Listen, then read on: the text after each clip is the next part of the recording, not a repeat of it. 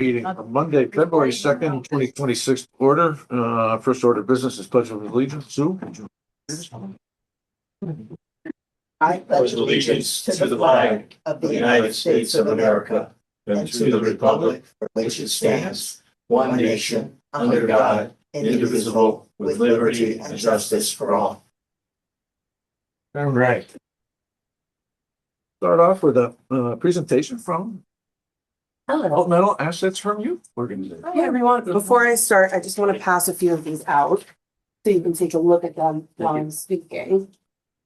Yeah, they're small. We have also ones that are like about size that fit more, but Hi, thanks.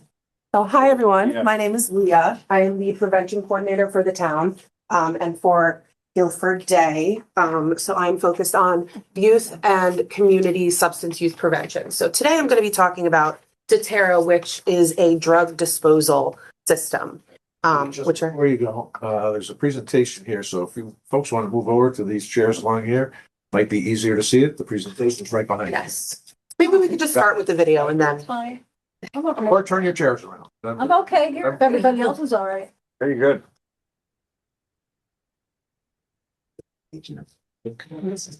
Little bit blocked, but This is Mark. no, it's fine. I just used the whole thing. So I have one, my father. Can you say your name again? Leah Foster. Leah. Leah, yep. Okay, I think we're ready. I think there's supposed to be sound. Brendan, so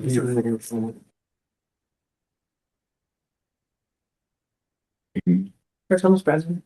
The sound on the TV on. Okay. Should be. Good. Okay.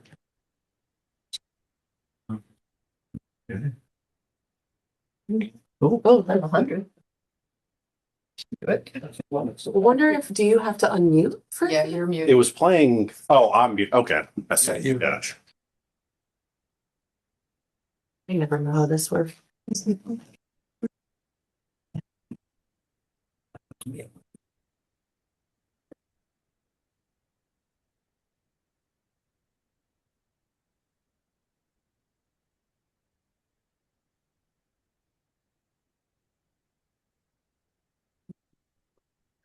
Yeah, someone's supposed to be talking by now. If it doesn't end up working, maybe I can send this, or I guess Brendan has it so we can distribute the video, but you can look at the pictures while I talk, I suppose.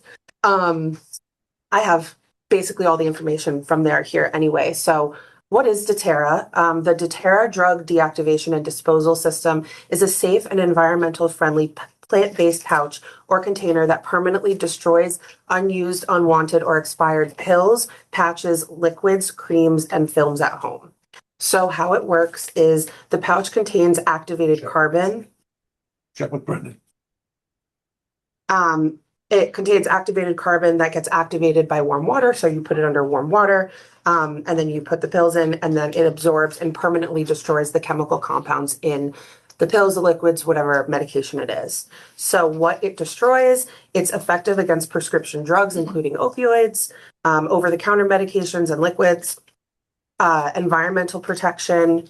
It keeps drugs out of landfills and water supplies. So it's better for the environment and for animals. Capacity, so the size ranges from that small pack.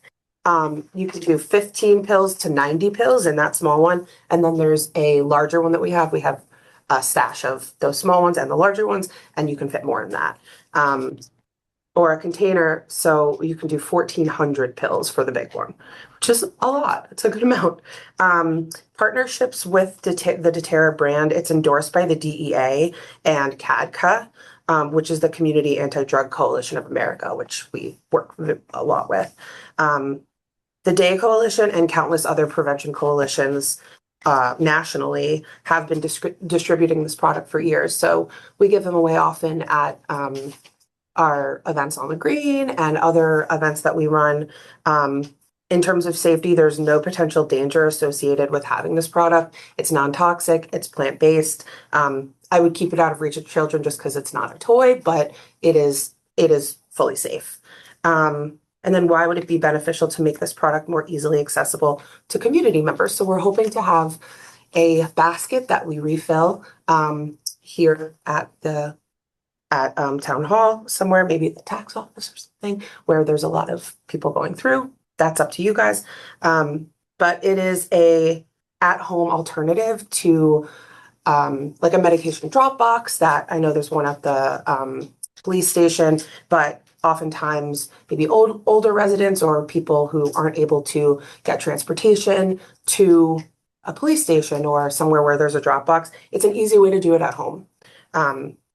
It provides ease of disposal. It's better for the environment. It keeps medications away from landfills and water supplies. And having it available to residents creates the ease of access and helps keep medications out of the wrong hands for misuse. So that's sort of my presentation, and hopefully we can get that video to you guys. Talks a little bit more about it, but does anybody have any questions? Yeah, distribution, what's the plan for distribution? So my hope was we have baskets maybe about this size and we were going to fill it up, and we can set them up wherever in the building you think would be best for like foot traffic of residents. And then just a little blurb on that basket about what it is, the safety, all of that, basically this information condensed. And then we would just refill it when it gets low. Where do you get them? We order them. They are in supply at CADCA. You can get them on the website, on the doTERRA website. So if anybody wanted to do that, you can. You're purchasing them out of the day budget. Yes. Similar to like getting Narcan. What's the driver here? I mean, is the issue that just unused meds present an irresistible temptation? I think it's a combination of a potential irresistible temptation and also accidents. So there's a lot of also poison control of a child or a dog getting into a medicine cabinet with a bunch of medicine that nobody's needed to use for 10 years, you know? So yeah, I think that's sort of the drive. It's a combination of both. This isn't a substitute for Narcan, right? This is No. slow acting and That's This totally just destroys the meds. Yeah, it just destroys the meds. You don't, The actual it's not an unused, unconsumed medication. Yes. oh, I see. So like you go for a root canal, they give you 14 Mm-hmm. pills, which is stupid. Yep. And then you have 10 left And and left. Yeah. you don't want to, you have kids, Back of your you drawer. have teenagers, you don't want to keep them in, a place that's accessible, just in case. I do have a question. Mhm. Excuse me. There's the drop off. Hold on, Charlene. Typically, we don't have interaction. Let me check with the board.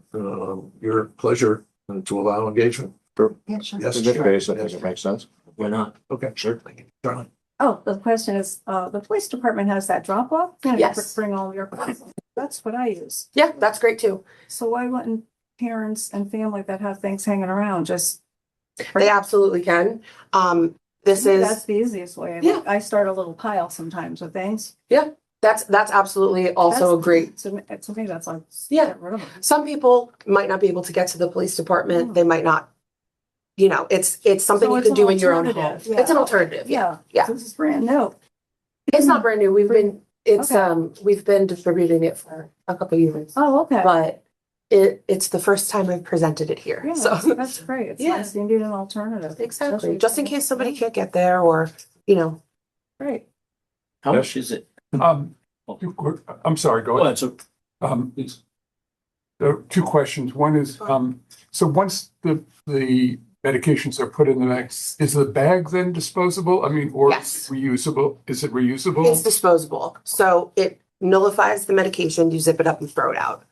So, in the past, maybe you would do with coffee grounds or something like that. That doesn't really nullify the medication. So if an animal were to get in it or somebody, on the street, who knows, they could still have the effects of that medication. Thank you. And the other question is the bags accessible to the social workers at the different schools, especially the high school? Yeah, in theory, we work pretty closely with the schools, so I'd be happy to. I don't know if they have a stash of them at the school, but I would I would be open to talking to the school and seeing if they would let me provide them with that. We want to make it as accessible as possible to everyone, so. Yeah, my question was, how much are they? Oh, that's a good question. Actually. Well, I am not charging you guys anything. Free from us. I don't do the ordering directly, so I'm actually not sure. Okay. But we have been buying them for a long time. They've just been part of the budget. I don't think they're doing. Can I assume we're using the opioid settlement money for the purchase? Yep. These things, which That is what we're doing. is an appropriate use for those funds. Yes. Yeah. Yep. Anybody else?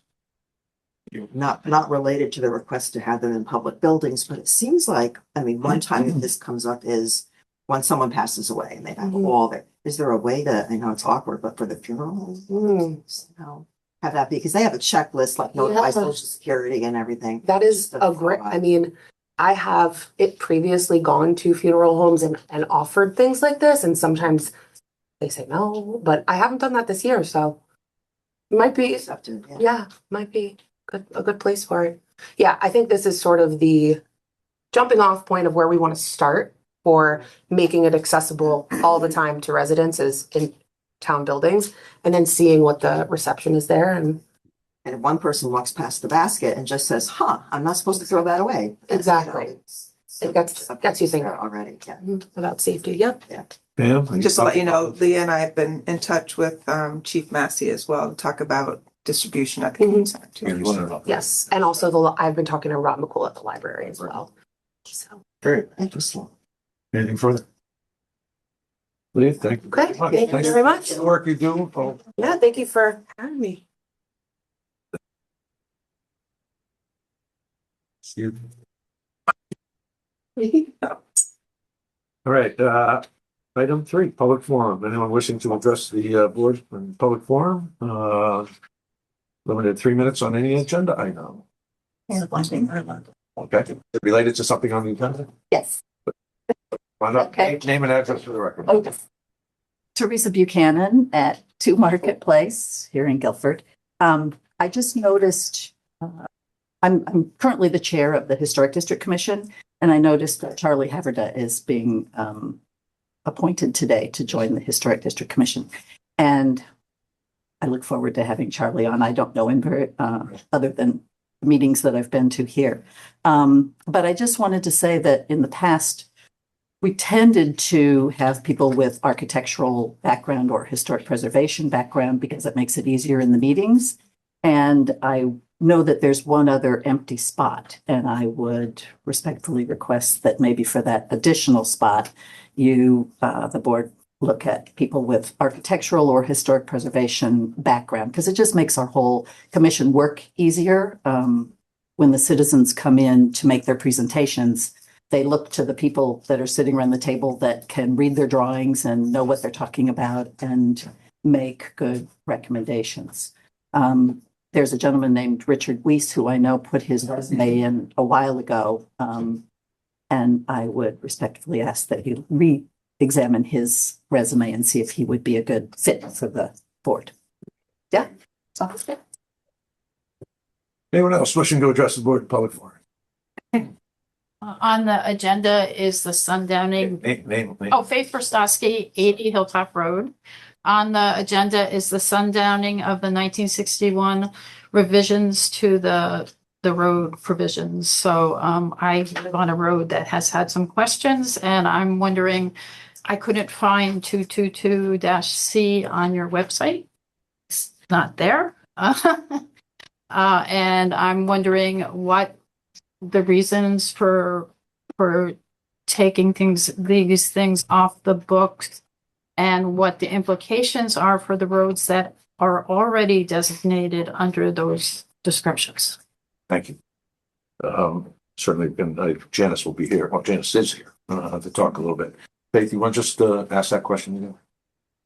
Yes, I am wondering the reasons for the sundowning of the 1961 revisions of the road classifications, what to get a copy of that, and what happens to the roads that have those classifications at the time, this time. So the road classification will remain. until such time it's decided to be changed. But the town meeting, I believe, established the road classification list in 1961. It's been updated since with additions and changes over time. But it's thought since the charter changed, giving more authority to, I believe, the Board of Selectmen, Peter Barrett could probably speak to this a little better than me. It was felt that the charter revision intentions were that a lot of those responsibilities would shift to the Board of Selectmen, but it wasn't entirely clear. So he felt it was important to hold a town meeting to establish that, to shift to the Board of Selectmen through the ordinance. We're currently working on updates to the road ordinance in conjunction with the subdivision regulation updates that are happening, as well as the past zoning regulation changes. So we're trying to incorporate all these kind of outlier things into one ordinance, establishing that authority on the Board of Selectmen. So one more question. If there are changes that affect the roads that are already designated, will the people who live on those roads be notified before you have a meeting? Which I believe that's, I don't know if it'll be done through public hearing or whatever, but it'll be up to the Board of Selectmen how they handle the changes. Thank you. We will notify those who are going to Thank be you in. very much. Anyone else want to address the board in public forum? Yes, I had a question. It's Christy Rubendance, 221 Fitchhill Road, North Guilford. For Leah Foster, is there a program of returning drugs to pharmacies? I mean, to me, that seems like the place most people would actually be going and thinking about whether they need more drugs or don't. And I wonder if there's any mechanism in place to track the amount of drugs that are actually being unused because perhaps they're being overprescribed. And I think that would be useful information too. Thank you, Christy. I'll pass that along to Leah Foster, who's has taken her leave already. Jen? Yeah, I can speak to it a little bit, working on recycling for the town. Some pharmacies do, I believe, have drop-offs. They can't reuse the medications, obviously, for Right. it's somebody else. But our police department does have a very successful drop-off, and they do track the amount of drugs that they actually have destroyed. And it's a chain of custody, obviously. It goes to the police department, and they have a chain of custody to bring it to be destroyed. Usually incinerated. So that's, but a lot of times pharmacies, you could check with your local pharmacy to see if they do have a drop box as well.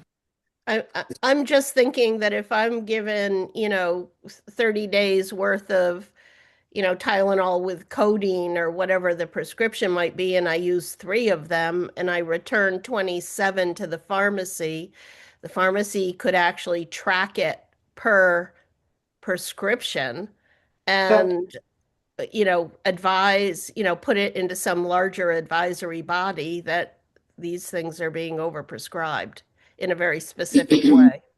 Well, I think doctors are aware of this problem. I think you should talk with your doctor when being prescribed pain medications to, kind of reasonably think how much you're going to need. I know that's conversations I've had recently with a sick mom this past year. So I think we all have to play a part, doctors, patients, even your pharmacist, if you don't think you're going to need it all, maybe you say, I only want half the prescription now and the right to fill the other half later. I think they can do that as well. They may have to work with your doctor on that.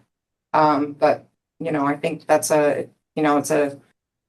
it's an important opportunity to realize there's a lot of waste, but it's also a very hazardous waste in terms of not only to the environment, but certainly to anyone who should ingest it unknowingly or illegally. So it's a big topic. But I think the main thing that Day is trying to do with these doTERRAs and the police department is to just get them in a safe place and not out there where they could become dangerous to others.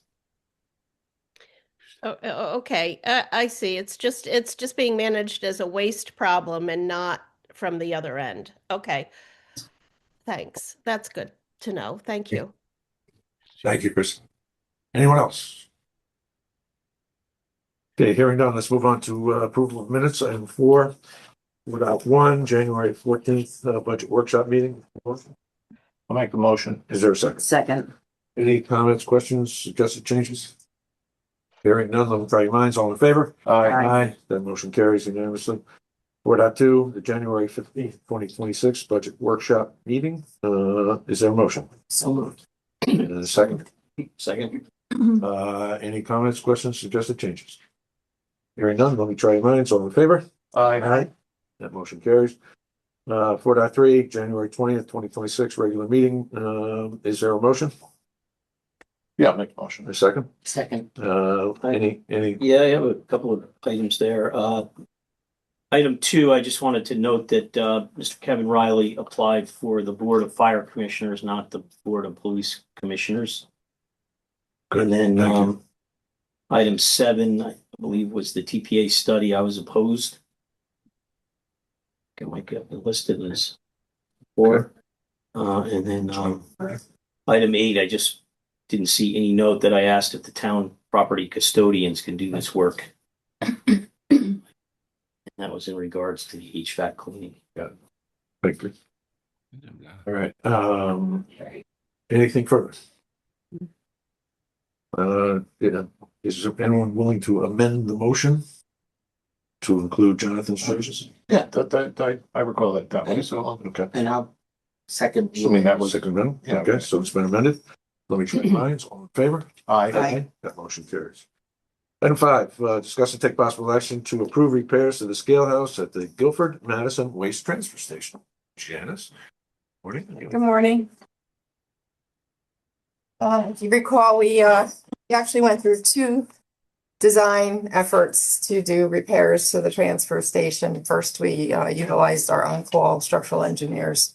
We came up with a design, and when we put it out to bid, it didn't get any bids. And then we reached out to the EasyIQ process to see if we can get the on-call contractors through that process to give us a price, and they came up with a price of about $285,000, which was exorbitant. So in working with EasyIQ, so I went back to our design engineers. They also solicited a price from a contractor. They know that was $176,000, so that was still quite expensive. Working with EasyIQ, there was already a repair done to the transfer station with a support beam under the existing beam. I believe it was back in the 80s or 90s.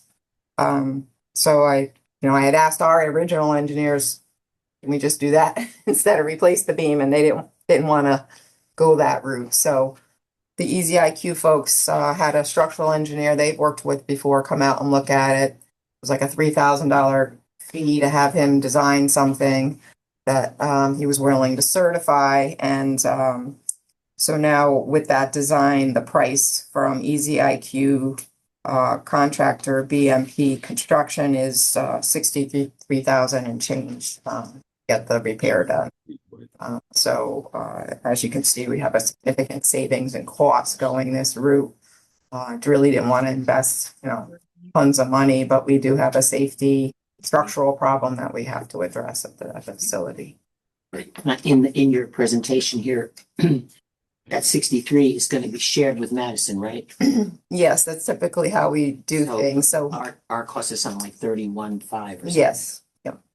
And Will that ramp stay open while that work is getting done? There will be times we'll have to close. We'll have to coordinate with them. But the good thing is since we've done the as you throw program, people are just dropping their blue bags there, and having them drop at an alternate location will be something we can easily accommodate. Back up from the Yeah, side. yeah. So it'll we'll work around whatever that is. I have to yet to set a schedule with them. Obviously, this very cold weather.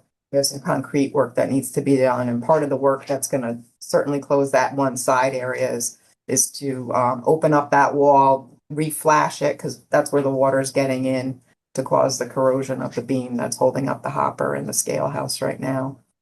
So we have to do some repairs to prevent that water intrusion in the future. So just to ask the uncomfortable question, I mean, it's safe in the meantime? Yes. I wasn't told shut it down by the structural engineers who So you inspected walked it. through all that, there's red Yeah. flag and this is a Yeah. light yellow flag. Oh, yeah. So, with the bridge down on Colonial Road, when I took the engineers out there to look at it, he was like, shut it down. I'm like, okay. But we didn't get that statement out of either of the two engineers. But, we do need to fix it. I have a question and a clarification, I guess. Considering that you did try to have it go out to bid, and then you did sort of pull some bids as opposed to having people jump on it and give us a bid. Do we consider that it went out to bid and that this is sort of Yes. the most attractive bid? So EasyIQ is a process through the Capital Cog, Capital Region Council of Governments. who it's an opportunity for municipalities to utilize a pre-vetted bidding process for primarily building repairs, but they also and new projects. I mean, you could build something new utilizing this program. We've used it before also they have a contractor on board for bridges to do repairs. We had used it previously for some railing repairs over by the Clapboard Hill Road Bridge. So it's considered a fully public bidding vetting process. So we satisfy our purchasing requirements by using this program. Okay, and then another question, given maybe the useful life of the repairs, is this going to be bonded or is this No, this would be out of capital. out of operating capital? Yeah. Just as a note, the town of Guilford, per the agreement with the town of Madison, is the authority to determine the establishment of rates and maintenance of the facilities. We're responsible for it. Rating you. I will give a courtesy call to First Selectwoman Peggy Lyons. I don't know if anybody on your committee, the advisory committee for the waste transfer station, from Madison. Yep. We have they're aware. Yeah, they're aware of it. We've been talking about, the need for these repairs it's been over a year actually trying to get a design and a contractor on board, having gone through the 2 iterations now. So, and we do have some funding from leftover capital funds in the past, and talked to Mary Jane about where's the money going to come from. And it's about 26,000 that we still have in that account. And then, we'll make up the difference. She said we'll fund it. Anything further? Is there a motion to approve the award of the contract to, I believe it's BMP Construction Inc. Through the Easy IQ process in the amount of $63,039.53. I'll make the motion. Wait a second. Second. Further comments or questions? None. Bear your minds, all in favor? Aye. Aye. That motion carried. All right. Item 6. Janice, you sure you don't want to stay at the table? Well, I'm not going anywhere. Keep going up. Item 6, discuss and take possible action on setting a special town meeting to consider enacting a resolution sunsetting previous resolutions 6, 6B, 7, and 7 of the special town meeting of December 12th, 1961, upon passage of a road classification ordinance. Pete? All right, so we've got a little history here. Classification of roads in this town was accomplished by town meeting resolution that was passed in 1961. And at that time, our charter said that town meetings would have all the powers that were incorporated in the general statutes, very broad powers. In 1971, we had a charter revision at which time they changed that so that it now says the town meeting shall have the powers conferred upon it by this charter. So not as broad. And then we listed in the charter the powers of the town meeting. So last year it came up, we had a potential reclassification request from, I think, B2 to B1. And when we did the research on how to do that, we had no ordinance by the Board of Selectmen. The only thing we had was reference to this town meeting resolution. So if you recall, town meeting, and we accomplished that last year. And at that time, there's some question like, you know, the classification of roads is only set to town meeting by this charter provision, which is now defunct. It was valid at the time, and so it's still good local law, so we followed it. But during discussion, it became obviously, talking to Janice, that there's I guess an amendment, or perhaps a new road ordinance under consideration to address a bunch of different things, including some consistency with some subdivision regulations that are being considered.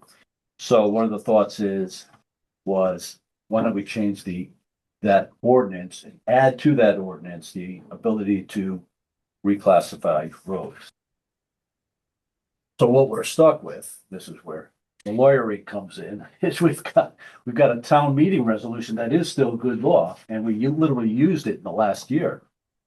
And we have ordinance authority in our Board of Selectmen. So I thought the best thing to do to avoid further confusion was to have a town meeting, because town meeting is still appropriate for classification of roads right now for some of them. Some are already left to the Board of Selectmen. And have that town meeting consider a resolution to sunset provisions about reclassification until an ordinance is passed that addresses classification. So that's all this is. It's call the town meeting to consider a resolution sunsetting the provisions that require town meeting approval. Okay. And so that resolution, if passed, would retain classification powers with the town meeting unless and until an ordinance is passed. So we don't have a gap there. Any questions? With that confusing explanation. I guess one question might be, what's wrong with it currently? That we don't like it, that it's done at town meeting, or? Well, I'll leave it to you folks to, to talk about that. That's for discussion. I think, I'll say the last time we had this, the people that showed up, as I recall, were all the members of that community only that lived on that street. And Who have a vetted interest, I would Correct. think. correct. And so, and there was no opposition to it. I think it flew right through, as I recall. But, there's no one looking at necessarily, well, I should let you guys talk to it. There's no one necessarily looking at it from the overall town perspective. What are the costs associated with it? What does it mean with respect to classification of other roads that are similarly situated? Questions? So I would think too, when a developer makes a road too, he'd be interested in having it be reclassified so that the town would care for it as well. Well, any new roads that are constructed through planning and zoning approvals are determined if they're gonna be a town road, have to follow the road ordinance and will become a A1 road. Otherwise, it would be potentially a private road if it's some type of development that's approved by planning and zoning that designates it as a private road. So a lot of the roads that we have from the 1961 classification were older roads that were in existence before the process of subdivision and town road, establishment through subdivision. So any new subdivision follows that process. So Janice, is it fair to say that as a general matter, less and less private roads or less than A1 roads are being approved? I mean, if somebody comes before zoning now and it's working its way through the process, I would think that the policy is to encourage an A1 road as part of what wants to happen. Yeah, so a lot of private roads were still being built through subdivision up until the late 90s when there was an ordinance change that didn't allow, or a subdivision regulation change. I'm sure if there's an ordinance that went around with it. Didn't allow more than 3 houses to share a driveway. Prior to that, we were having a lot of very long shared driveways, which ended up being private roads, which causes some challenges for residents having to maintain those, including plowing. The B1, B2, all those private road designations are older roads that were in existence at the time, the 1961 We would not add to B1 or B2 roads in my imagination going forward, or have since 1961. There's just a shifting of classification in between those possibly. The only thing we would have added was actual designated private roads or A1 town roads.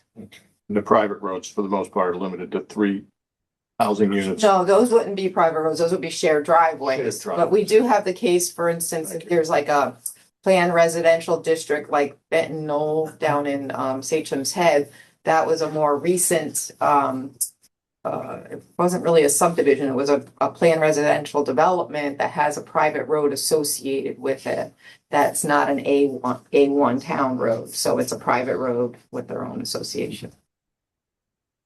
You know, I'll add one thing. So this resolution from 1961 does already place some classification authority in the hands of the Board of Selectmen, specifically anything relating to A1, A2, and A3, but that's not all the potential reclassifications. So another argument would be they're all in one place, classification for all types of all streets.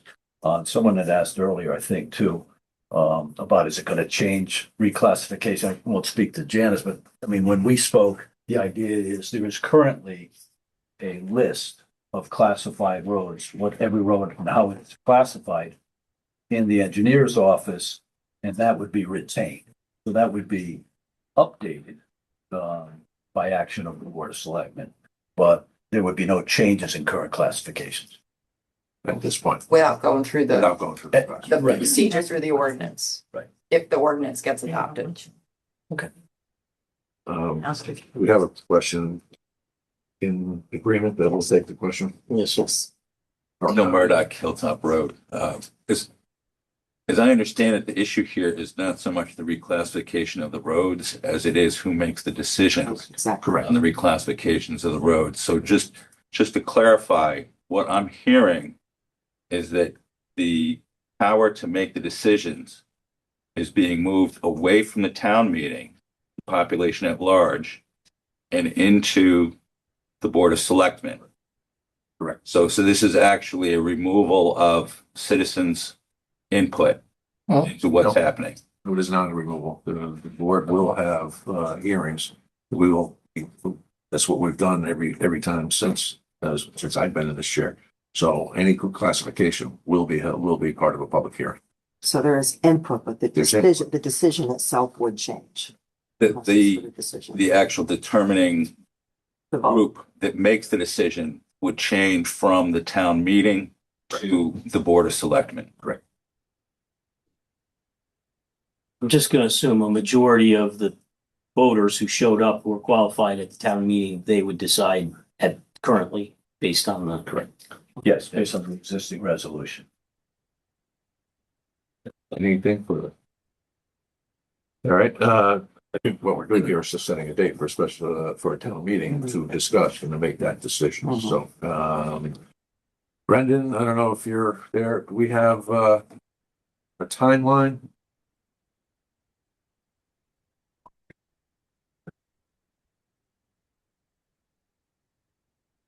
I think we have the ability to notice this, so let's assume. Brendan? Yeah, let me just take a look really quick on how soon we could do it. I think it would be the first meeting in March. That would be March 2nd. That's good. And that'll give us time to notice it with the local newspaper. Yes, that's enough time. Great. We're just gonna do it at 8:30, not 8:15. Yeah.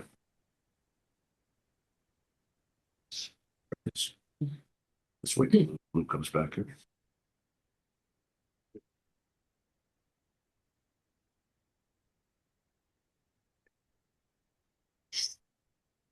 Question in the meantime, Sure.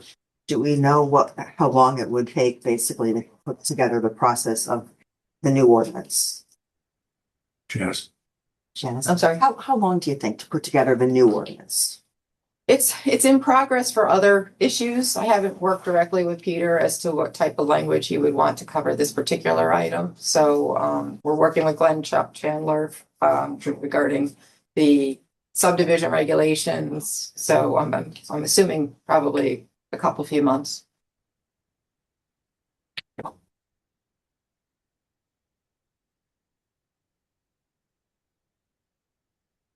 Was.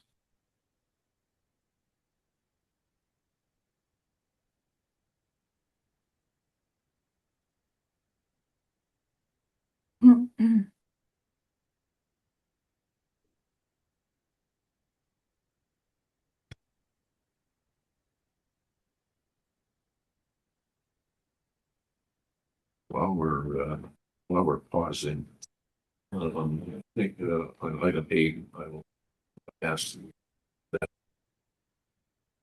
So if everybody through it, makes sense. Yes. Okay, Brendan is recommending we set the date, March 2nd. That gives us the ability to have it posted appropriately. So is there a motion to set the town meeting? The purpose is just described, on March 2nd at 8:30 a.m. Our board, regularly scheduled board of selectmen meeting. Is there a motion? So moved. Second. Any comments or questions? I just prefer the town meeting approach, so I don't even think we should bother hearing. Anything else? Let me try your minds. All in favor? Aye. Opposed? Thank you, John. Okay. All right, item number 12, Park and Recreation, come on up now. 7.1, viewer request for use of the green for several events in July and August. Good morning. Good morning. Yes. It is the time, start thinking about summer, late summer, Yes. believe it or not. And I figured I would put the medley together. So, again and again, as you can see, I did put in almost a TBD for July 4th and July 5th, because I anticipate there'll be some discussions forthcoming with the 250th celebration. So I thought it would be a good idea to reserve a hold on those 2 days, even though our July 4th is the following weekend, held at the fairgrounds. But I did add in the community band concert, all the Sunday summer concerts, and of course our second annual Wings and Strings Bluegrass Country Festival. How did I know that was going to show up? Can I ask, did you consider moving Wings and Strings to the fairgrounds, and what are the pros and cons? For the second, no. I didn't. It was so extremely popular and people were so happy with it on the green. I actually heard people say, please do not move it. Really? Yeah, they just, Why? it was such a great feeling. It's my first having an event of a unique event on the green, but even as a resident for so many years, it was a great feeling. There wasn't any parking issues, there wasn't any policing issues, there wasn't any sound issues. People just flooded it and had a really, really great. People did have a great time. Yeah, it was really well received. And so I do think we would have to question that after this year, because it was fine. Like even though I think it's hard to get a guesstimate on the attendance, but so we're saying 3,000, from the time 2 p.m. to 8 p.m. People didn't stay all day. Some did, most didn't, came and went. So I think it would be a better determination after the second year as to how we go forward with the third year. I think that, and one consideration is if we did move it to the fairgrounds, there would then be a built-in charge from the agricultural committee to use the fairgrounds. So that would be a whole nother ball of wax. Because it was free, wasn't it? It was free. Well, we had a $10 wristband for games, unlimited games. But other than that, if you don't want to participate in the games, it was from their list of all the bands and bring your own lunch. And and it was free. So yes, there would be a rental fee that we're not considering today, and we do have to, right? Our charge is to try to figure out what kind of revenue comes in to cover all the expenses. And last year we were able to by about $2,000. But we also had sponsorships from Guilford Foundation. We had The Rotary. Yeah, the Rotary. Yeah, they did great. Nicely done. 50/50 raffle and also funding, and Rotary's also stepping up again this year. Yeah, so those are considerable thoughts. Oh, that was a good question. We talked about this. It's probably inevitable. You're gonna be the victim of your own success. It may grow to the size it's gonna require. Right. To the fairgrounds. To that end, Pam and I are in the middle of negotiating a meeting with representatives from the Agricultural Society about a couple of things. One, in particular, the fireworks demonstration and how we can better affect a positive experience for everybody related to that. So we can certainly talk to them about the eventuality. And, Right. you know, like in the past, the Ag Society has allowed the town to use the facility for certain events, nonprofit events, those kind of things. And also they allowed us to use it during COVID for distributing masks and so forth, and tests. So I think we can have a conversation with them. Absolutely. And work with them to affect the eventual migration to. It's phenomenal that we have the option. Yeah, can I ask a couple questions? Sure. I'm so excited that the concerts are coming and everything, but I just wanted to ask you, and maybe this is always done before these meetings, but is there any conflict? Because that does a lot of reading, a lot of. Well, this is the reason for this process, so there isn't a conflict. There's no, He's talking about scheduling conflict? Yeah. No, that's the reason for this. Like, we're looking for your approval so that we can hold these dates, so there are no Okay, conflicts. I'm not actually aware because I am not tracking it that closely, but Mhm. if, There- someone else was gonna. do They would have to something or come play here before music. you to get the approval, therefore you would say it's already taken.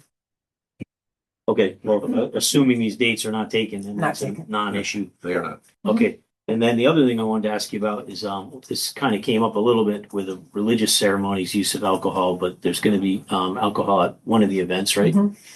And all I'm concerned about, I think that's fine. I think it can be handled responsibly. But I'm just concerned that we should be uniform, and when other people want to use the green and they want to serve alcohol, they should be allowed to do so in a similar way.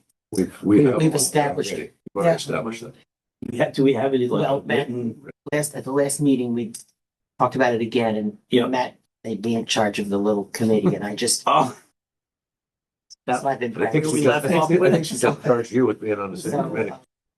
Just gonna talk to Matt today about, who should be represented on the committee. So I have not forgotten it. It's Okay. top of my mind. But I think because this is the second year of the Wings and Strings, that again, as the church was the second year, because at this moment, we're doing it on a case by case basis, but we're gonna try to make a policy, right? to make it. Okay, I wouldn't mind serving on the committee. I think the police would be a great resource. There's just smart things you do, marking people, checking IDs and keep, We go through this recommendations. process. Yeah, even though right now there's not yet a comprehensive policy, we go through every request kind of on a one-by-one basis, and we do consider all these. Yep. But that, the uniformity is what I'm looking for. So I I like the appreciate idea of that the you policy. might want to, I don't know if you will be on the committee, but ultimately the committee's suggestions will come to this board. So this body would be really accepting or rejecting the suggestions of the committee. Correct. And so you have opportunity, and anybody will have And opportunity. if I could add one thing too, is with my proposal last year, that was coming on the fact that the arts festival had alcohol on the green for their event for years. So it wasn't something new. So when I came, it was new for this event. But I had participated during the arts festival at that time, so I had known that, just didn't know what the process was at the time. Okay. Excuse me, I'm sorry, but can I ask a question about insurance?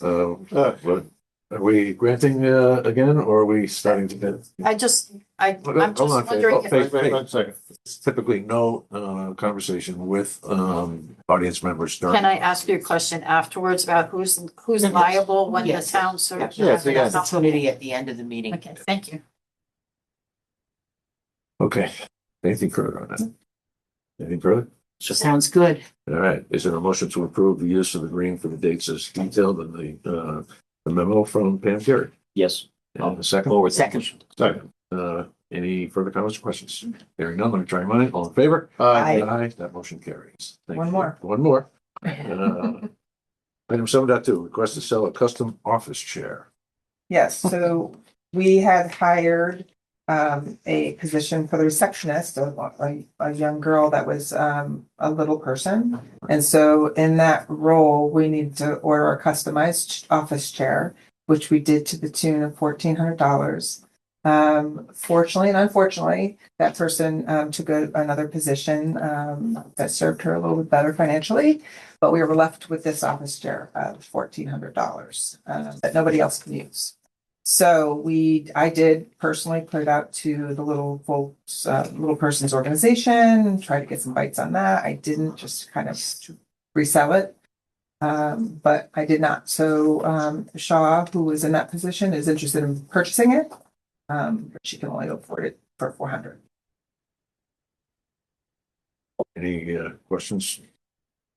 Is there any kind of policy about how we dispose of things generally in the That's town? what- that's what we're doing. Okay, as long as we're following that process, I think it would be great. She could use it. It's just sitting in our office Right. in the corner. Yeah. As much as I'd love to get more for it for the town. Right. They And That's our sole bid at this point. typical process is it goes to all the departments, whether or not they have use for this equipment like this, and failing any takers, then we have to dispose of it in this fashion. And it was customized specifically for her. Makes sense. Yeah. All right, is there a motion? Make motion. Second. Second. Well, any further comments or questions? Hearing none, let me try minds. All in favor? Aye. Thank you very much. MJ, before you come up and sit down, I think we talked briefly. I think it might make sense to get through the balance of the agenda. So is there a motion to move 8 to yeah, let's 11.16 before working? Yeah. Yeah. We'll make that motion. Second. Comments or questions? Let me try your minds. All in favor? Aye. That motion. Okay. Item 8, discuss and take possible action on a resolution to initiate the charter revision per Connecticut General Statute, section 7-188. This is I think everyone is aware that we've been talking about this for some time. And Pete's here to talk about the process as is defined in state statutes. This starts the ball rolling by declaring our intention to do so. And then I think it's within 30 days, we have to appoint the members to that commission. And again, Pete, this is all defining state statutes that you've been very gracious in putting together for us. So. All right, so this is just the first step, but it does trigger a timeline. And so we're following the statute here, which calls for a resolution, but prepared that in draft for your consideration. And it has to be passed by 2/3 of this entire body. So that would be 4 out of 5. And then within 30 days, you need to actually appoint the members of the board, of the commission, anywhere from 5 to 15 pursuant to the statute. And you'll also indicate at that time the date that you want the draft report from the commission to be filed. It's actually filed with the city clerk and then transmitted to the Board of Selectmen. And you'll also make any recommendations that you want the commission to consider. Questions? Anybody have any questions? Not about the process, but I think a number of us received the communication from a citizen who's concerned that not everybody who's interested is going to know or have an opportunity to participate, to be on the commission. He made the suggestion that we use the notifications. I think it's not necessary.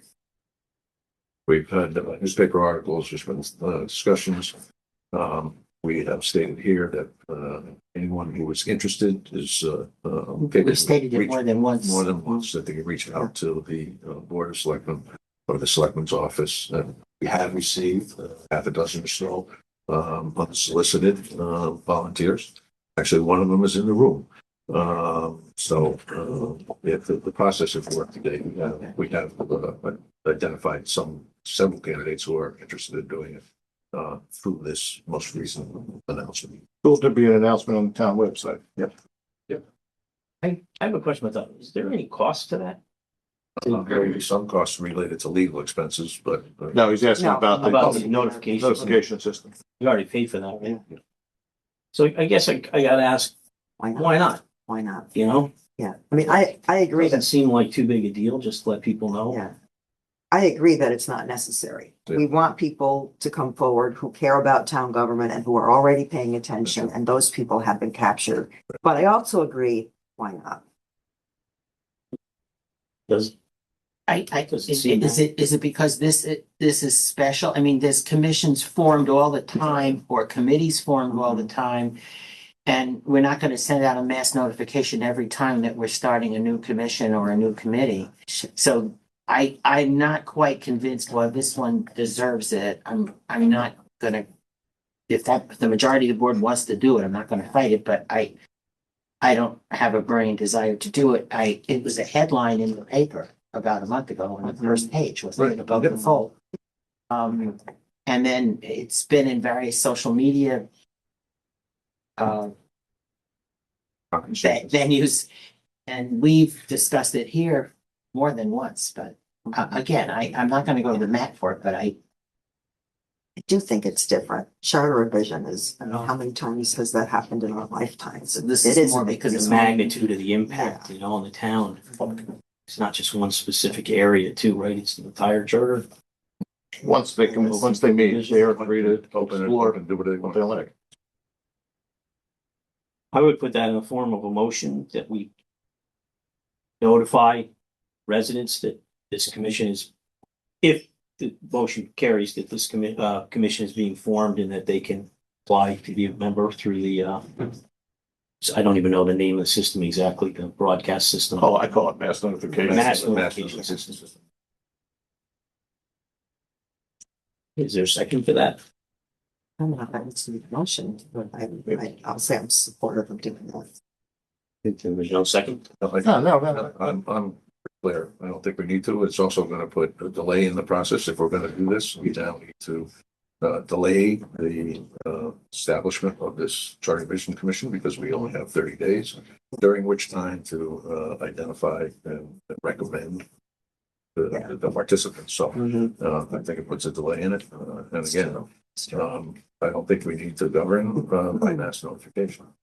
That is, I think it's a reach. It's too much of a reach as far as I'm concerned.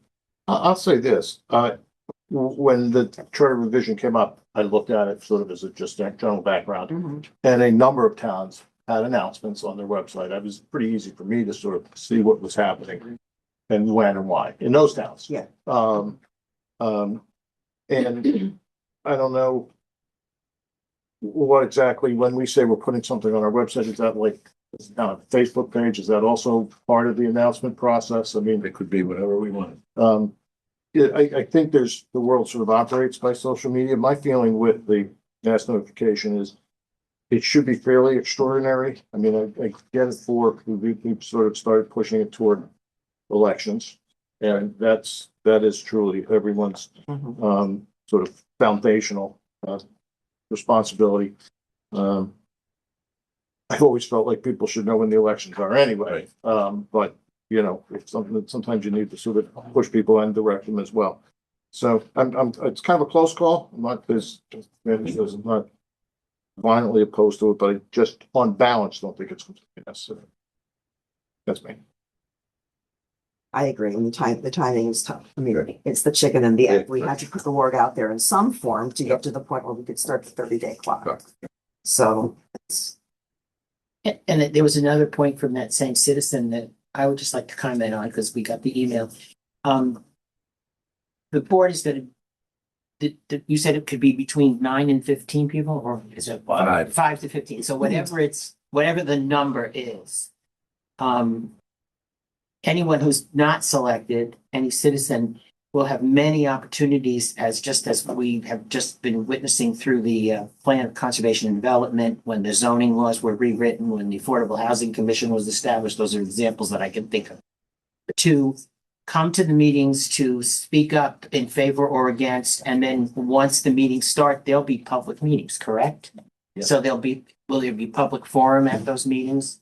Yeah, Yeah. there's And then public hearings there's- conducted by the commission itself and also by the board. Right, so all citizens, whether they're on the commission or not, have an opportunity to follow it and comment on it as the process goes along. Pete, you've served on one of the charter revisions, right? I served on 2. And I was an attorney for another one. Thanks. Wow. And your recollection of public input during the two that you served? One was very extensive and considering a representative town meeting and everything else. And yes, so, and there was a lot of, actually, we had interviewed government officials from other towns, department heads came in, so forth. And then the other one I served on, it was a lot narrower. It's just some things that they wanted to accomplish. I think it was increasing the selectmen from 3 to 5 or extending the terms, things like that. So it's really up to partially the charge that you give them, but also the commission, as I think Lou mentioned already. If they get to look at the whole charter, they can go off in whatever direction they like, so. I have another item for consideration, and it would be John, that, before you go there, do you mind if I just finish one last topic? Not at all, of sir. This last subject, thank you, I don't want to cut you off. My concern, again, it's small c concern, diluting the effectiveness of the mass notification. People get that call, it should be like, whoa, I better stand up and take notice of what's happening, something's really important. Running it too many times, I think dilutes that. Pete's point, if the, government ran for decades, hundreds of years in the case of this town, without having that particular tool available, people have an obligation. I really feel strongly that people have an obligation to be involved and know what's going on. To the extent that people are opposed to or are looking for a way to get the information out, it's easier than ever to activate people one way or another on topics. And by all means, nothing I want to say here is suggested of limiting people's participation. It's literally the opposite, to have as much possible as we can foster. And I think people have that chance, and they should absolutely take their responsibility to exercise that. So that's how it comes out on it. There, soapbox off to the side. all right. So one other item that I want the board to at least consider, and if everybody could just grab one of these, is to just propose that we add some language to the resolution, item 8, to read something to this effect, of course, Barrett's approval. To maximize participation from residents, the Charter Revision Commission membership will consist only of Guilford residents who do not hold any public office, elected or appointed. I think the statute says that it should be a maximum of 1/3, and that we would be within the statute if we said that we didn't want anyone who was already involved with the local government to participate. I think it would make sense, more of a citizen board than kind of intertwined with representatives from the local government. Why would we preclude those who may have some expertise and may have some understanding of the way the government operates and functions? Why would we want to preclude anyone who is currently serving on a board or a commission? I just don't understand the logic on that. And I also just want to make sure that you understand, we've seen this recommendation from someone else. Yeah. Are you representing that individual or are you representing yourself? I agree with Mr. Ullman that this is a good idea. So yeah, we all received some correspondence from Mr. Ullman with suggestions about how to do this. Right. And I also agree that following the CCM guidelines seems like a good idea as well. We're following the state statutes, which are, I think CCM guidelines are consistent. So we appreciate Mr. Ullman's intention to make sure the process goes well. But it's Mr. Holman's intention to have it the way he wants it as opposed to the way it is prescribed in state statute. So I would reject this out of hand. As far as the elected piece goes, I don't think that elected officials can serve on other commissions. Is that correct? Yes, Or- they can. We can have, Really? I believe Pete, can we have elected officials serve on it? I believe you can. I'd have to, like to look at it a little closer if it's gonna go that way. I think, Well, I think the that's- statute treats elected or appointed. But the charter of the description of the elected officials, I think finance might say you can't hold that. You can be- That one I Yes. believe does. That- Yeah. that's a- Yeah. For that, Hold that. that's why I'd have to look at, I mean, I think just by the statute, you're not disqualified, but then we have to look at our charter and say Board of Finance. There might be other stuff, but I'm comfortable with the 1/3 maximum rule. I'm comfortable with the 1/3 too, and then we'll have to, like you said, pay attention and see if some people on some boards or commissions are not eligible, but Right. that doesn't leave everybody out, right? It might preclude some. And just for the record, there are folks who are currently serving on boards or commissions who have indicated an interest. I think they each deserve the opportunity. Anything further? can I just add one thing, which is whatever you have these other discussions, that's fine. They may result in motions or whatever. But I would recommend that the resolution itself be unconditional, in other words, okay? So that way, there's no question that you initiate. That's my only comment on that. Great. Thanks, Pete. Thanks for the clarification. Anything further? All right. Is there a motion on the resolution initiating charter revision pursuant to the General Statute 7-188 as delineated in the memo from the town?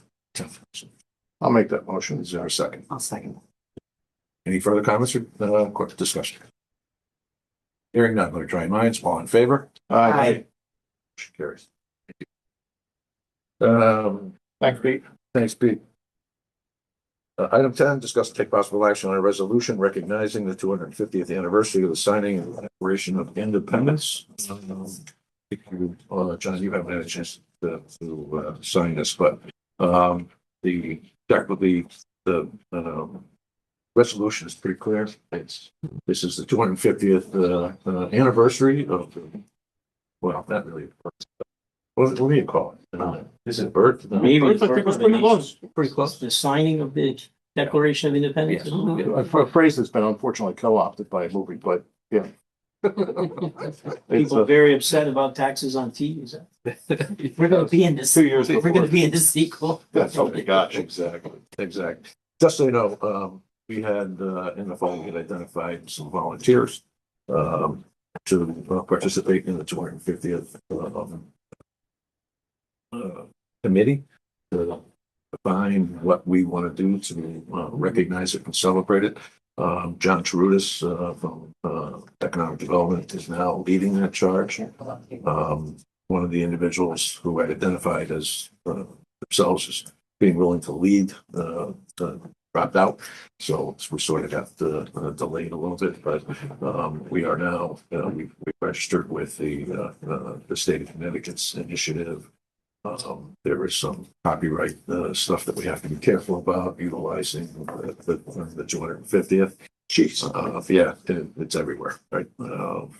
So you'll see more about this. So is there a motion to approve the resolution? I'll make the motion. Second. Comments or questions? Just a couple of short questions. What are we planning so far? I mean, we'll have our fireworks celebration as usual, but maybe it'll be bigger. I don't know. Maybe. Okay. Is there anything like in the works that we've sort of decided already? No, the committee is just been formed and put together. All right. Those were all my questions were stemming from what is the plan going forward? It's evolved. Other towns are doing things. I don't know. 6 months, less than 6 months. Yeah, but one of the problems is this was an initiative started, so I think it's national, but in the state they started, but there were no funds allocated to any of the communities for it. So as you know, cost to do even our fireworks We questioned the $3,000 for memorial thing, you know, There you go. right, there we go. All right, so we have a motion and a second. Let me try your minds. All in favor? Aye. Aye. That motion carries. All right. 11, appointments and resignations. 11.1, discuss and take action to appoint D. Jacob as an alternate to the Economic Development Commission for a term to expire April 30th, 2028. Is there a motion? Yeah, go ahead. You got it. That's, it's going to be an acclamation here. No, I have Hold on a a second. motion generally about some appointments. We have a motion on the table, so in a second. So let's go through this one. Let me, any comments or questions on D. Jacobs? No. Hearing none, let's try your minds. All in favor? Aye. All right, John. Motion to add John A. Jagalski. I'm gonna mess that one up. I know, John Jagalski. To be considered for Park and Rec appointment. We did send some email about his application, and he was nominated by the Guilford RTC. And I believe he should be added to the agenda today for consideration. Is the opening, we still keep bare majorities on these commissions, and so is he fulfilling a position that a Republican has, or independent, or, I mean, whose position is he filling, is what I'm asking, who's going on? Appointing who might disrupt the minority representation. Right. The majority. It might, Whichever it is. I'm. Yeah, I asked him about this. Not Fair majority necessarily, rule. I'm not Thank you. necessarily against this particular appointment, I'm just trying to understand if it. Yes. I thought he was still on. I He feel like was he's on this, he was on this for a long committee time. before, and he served A on long time. a lot of different Yeah. committees, and I had a chance to check with Brendan, who said that there was a question raised by the chair of the commission that with the current membership, there might be an issue. And I don't know what the facts are, but it doesn't seem appropriate to bring it forward until we work all Right. that out, whatever it is. Right. I mean, I'm all in favor of putting it back on. But Yeah, I There just was would a like to concern have that the was question raised. answered that, and then, Yeah. yeah. John's an amazing volunteer. I mean, he's done a lot Yeah. for the town for a lot of years. But I mean, procedurally, I think the process is generally in place to make sure we don't sort of stumble on problems like this.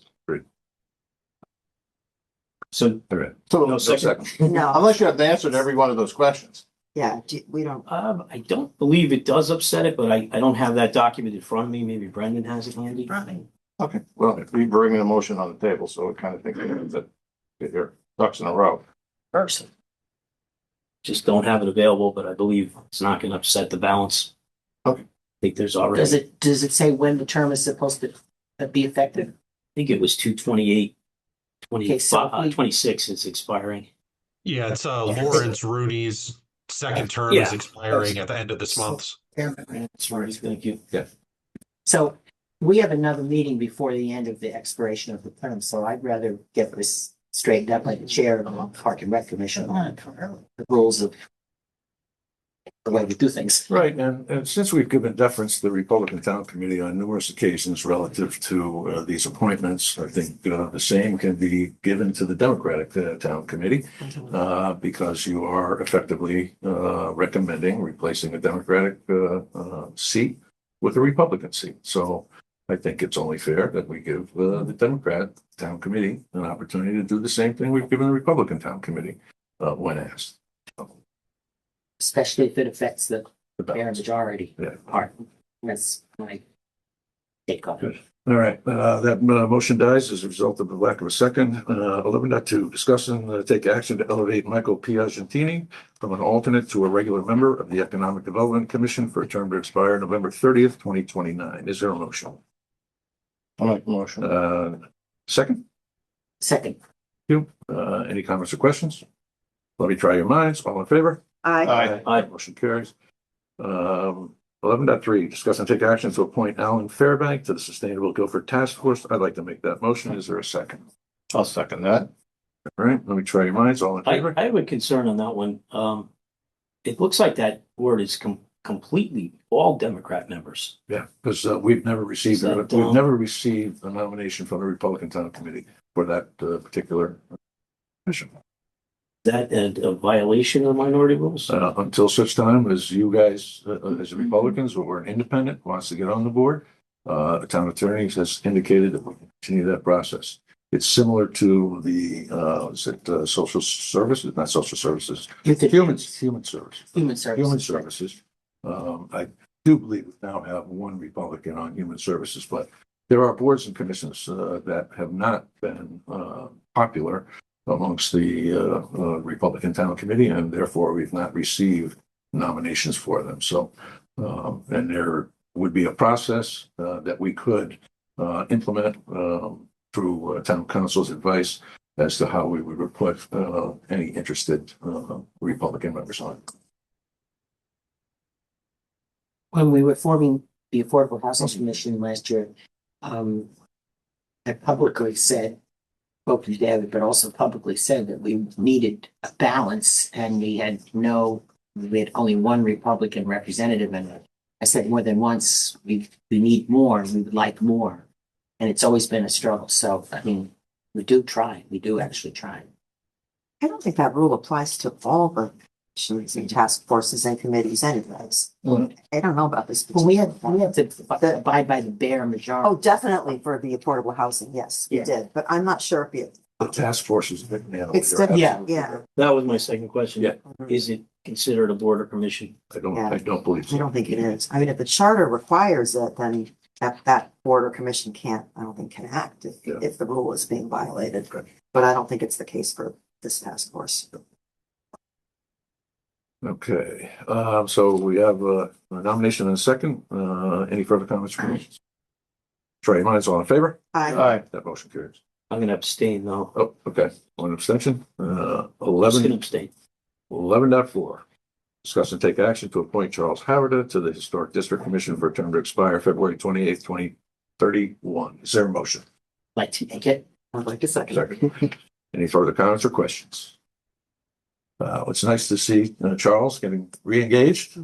So appreciate And while I appreciate your comment, there is an ability on the commission to have a mix of both specialists and generalists. Definitely. And I think Charles would be the best generalist we could have. For sure. I don't know what that's Long run on He's planning and been zoning. on planning and zoning and this board for years, it has his finger on the pulse of the town. And Sandy, I appreciate that term generalist. I do think sometimes we don't always have people with the exact expertise for a board, but we have a concerned citizen who cares, who's going to become a part of the board. And then they usually sort of pick up on that kind of discipline after joining the board. Right. Yeah, so true. Good. That's good. And the other point that you made was those with the skills, right? Yeah. There was one other consideration, a certain number of your members need to live in the district. Yes. And I think most of them currently do live in the district. So Charles, I know, does not live in the district, but again, his background, his experience planning and zoning, as well as this board. And I think he was on zoning board of appeals too. I think he was. It definitely was. I think You made, Charlie Haverda has a great deal of experience in public service. I think you're absolutely right. it sounds like. Yeah.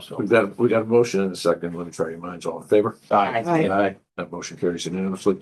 11.5, discuss and take action to elevate Larry Rizzolo to a full member of the Planning and Zoning Commission, effective 3/1/2026, term to expire 2/28/2030.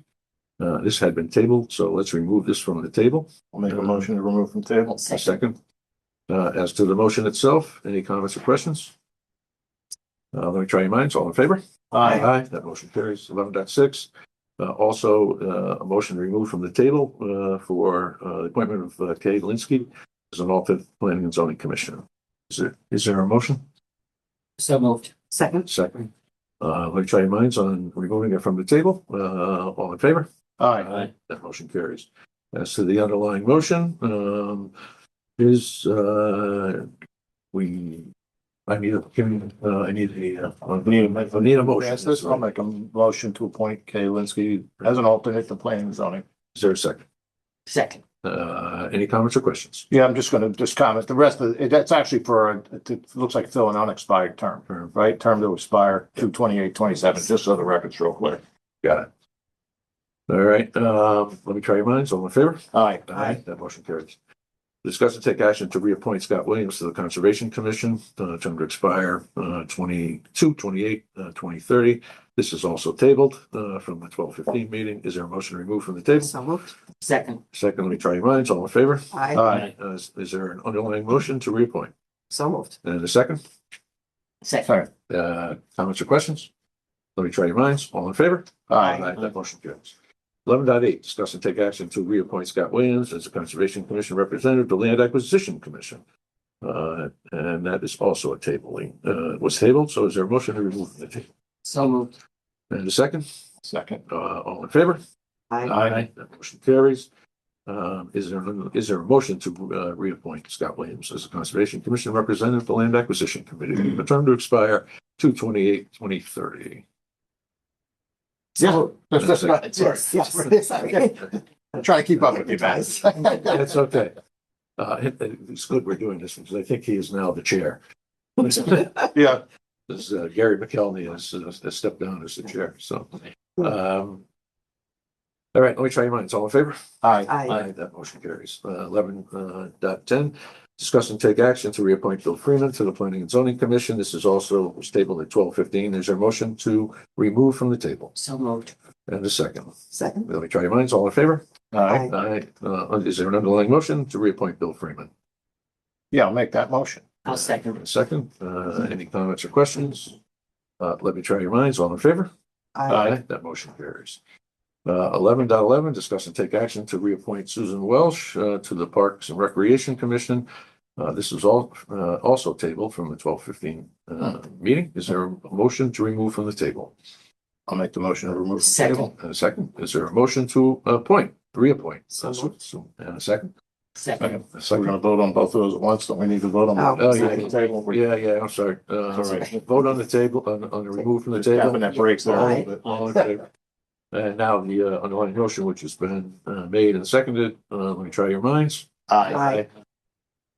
11.12, discuss and take action to reappoint Joe Nugent to the Conservation Commission for a term to expire 2/28/2023.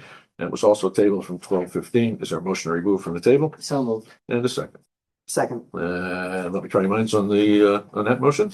All in favor? Aye. To the underlying, is there a motion to reappoint Joe Nugent? So moved. And a second. Second. Any comments or questions? Hearing none, let me try your minds. All in favor? Aye. Aye. That motion carries. 11.13, discuss and take action to elevate Kendra Houston to fill a vacancy on the Conservation Commission with a term to expire 2/28/27. Is there a motion? So moved. And a second? Second. Second. Let me try your minds. All in favor? Aye. That motion carries. 11.14, discuss and take action to reappoint Kendra Houston as the Conservation Commission representative to the Tree Advisory Board with a term to expire 2/28/27. Is there a motion? So moved. And a second. Second. Let me try your minds. All in favor? Aye. That motion carries. 11.15, discuss and take possible action to appoint, I know Ms. Gerard Abatello to fill a vacancy on the Affordable Housing Commission, term to expire 10/31/2028. Was there a motion? So moved. And a second. Okay. Any further comments or questions? Let me try your minds. All in favor? Aye. That motion carries. All right. MJ's not here. Let's move forward. Will committee reports, anything? I've heard from the Plumpashaw folks, Okay. the people who came presented, and we have a date. Tony's got my phone right now, but we have a date scheduled in the near future. But get things rolling. Thank you. Anything on affordable housing? The subcommittee, Community Conversations Committee, is putting together program for late April or early May, kind of like the programs that we've had in the past, just to continue to kind of inform people about what town is doing, and also perhaps it's going to talk about the affordable housing bill that came through. I'm not sure, but they want to try to get more people to come. We've had these meetings at the library we've had good turnouts, but I think they've booked the community center and they're trying to do a big publicity push just to engage more citizens in thinking about the aspects and issues around affordable housing. But I don't know the date, but I know it's late April or early May. Thank you.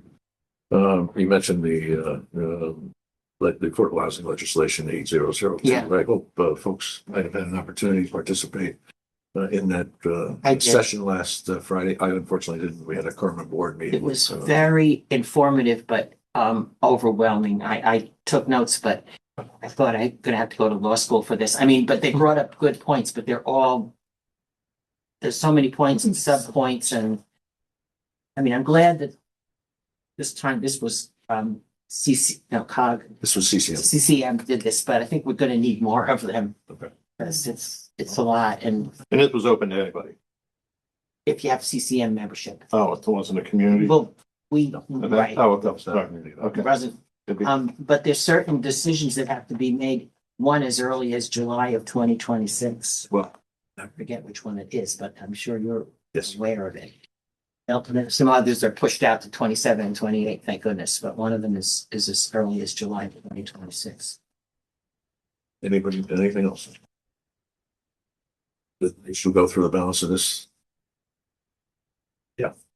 The balance of the correspondence before we do budget. Yeah, we should save budget for the absolute last. Yeah. So, Correspondence, anybody? I have typical correspondence from Mr. Holman. I think there's maybe only the one from January 31st where he had the suggestions about the Charter Revision Commission. We did discuss the possibility of notifying through the mass communication system. And then we did discuss the possibility of excluding all boards and commissions, so that was addressed. And then he also asked if they would consider a specific charge for the commission. The Guilford Charter Revision Commission mission will be to review the entire Guilford Town Charter for the purpose of recommending revisions intended to maximize transparency in the conduct of our Guilford Town government, to ensure maximum accountability on part of our elected and non-elected town officials, maximum participation of and communication with all Guilford citizens in the functioning of our town government, to promote and protect diversity of thought on all town boards and commissions, and to ensure that our Guilford town government runs as efficiently as possible at the least possible cost to our guests. So I don't know if we would consider that now, or that would be considered by the committee, commission. We will have the It's opportunity to make that charge. the charge. I think that's after we appoint the individuals, we then have to come back and make the charge. Town council has prepared a number of items that he would like to see addressed in the charter. Some of it is cleaning stuff up, and some of it has some substance to it as well. To be determined. Any other correspondence? are we supposed to respond to this from the conservation committee? Commission agreeing to send a letter of support to Board of Selectmen and Parks and Rec for the Sustainable Guilford Task Force request for a solar powered well system as an off the grid renewable resource at community garden with solar powered water system that will provide potable water for drinking, for irrigating the gardens. So they're just supporting it.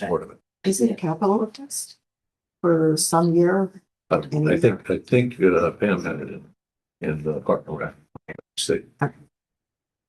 She's included in this, so she must be in the discussions with Cherry Kane. Anyway, so Noted. I didn't remember this coming up during our discussion. Okay, old business? New business? Oh, just one item on old business. Yeah. We talked about doing interviews for our police commissioner applicants. Yep. Are we going to set a date for that? Time is elapsing on that as well. And now that you confirmed that you and Deb are in agreement in terms of having both your candidates interview, Yeah. Karen will proceed with trying to set a time to do that. My desire would be if all three of the individuals the same day or evening, whatever works out. So Karen will be sending out an email having you indicate availability. Okay. Business? Public forum, anyone wishing to address? Deb, come on up.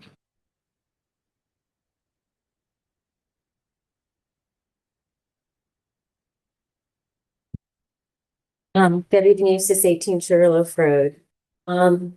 So in the discussion about, John Gillespie and, Park and Rec, um, it did come to my attention about, the number distribution, I guess, of the different parties. So I understand that is in question. I just wanted to mention in that particular case, you said that they should also, the Democratic Party should also have that sort of notice. They do have that notice because that person's position was up. The issue came up when there was someone from another party who was actually resigning from a commission, and then you knew about it and I didn't know about it. So that was the difference with that 30-day. So I understand why you still have an issue. But I wanted to clarify that 30-day position of letting the other parties know. The other thing that comes into my next question is that for planning and zoning, we do have someone who would like to be on planning and zoning. And I would have been able to put them on as an alternate, if that position was open, but I think you just gave it to Kai Lansky. And the reason being is because it was not confirmed that Larry Rizzolo would move from an alternate to a permanent, which would then leave an alternate vacancy. There still might be room. I won't know until, I guess, after all this movement. But in that question, then I would not have known if he would have been approved, and I would not have had 30 days to put someone up for that position. So I just wanted to clarify all of that because we do have someone interested in the planning and zoning. Anyone else wishing to address the board in public forum? Anyone? That's your time. Okay, Charlene? Wanted this looks a lot worse than it is. I just have to see it visually just to look at my stuff. Before I get into anything, name and address for the record. oh, sure, Charlene Vasicchio, 310 State Street, apartment 213 in Guilford. I live at Sachem Hollow Senior Housing. This is my first time here, so I don't know who's who. I have my little list here. Let me just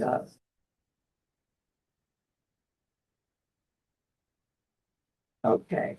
I understand. So you're the Board of Selectmen. This is the group right here. Yes. Your terms are like you 5 years, correct? 4 years. 4 years? Okay. So Sandy, I think we spoke. Sue, I left you a message. We haven't. I know Matt. And you're Louis. Lou Federici. I am John Trotta. How are you? Nice to meet you, John. My issue today is I live over at Sachem Hollow. And I've been a resident there for, it'll be 19 years. That'll be June 1st of this year.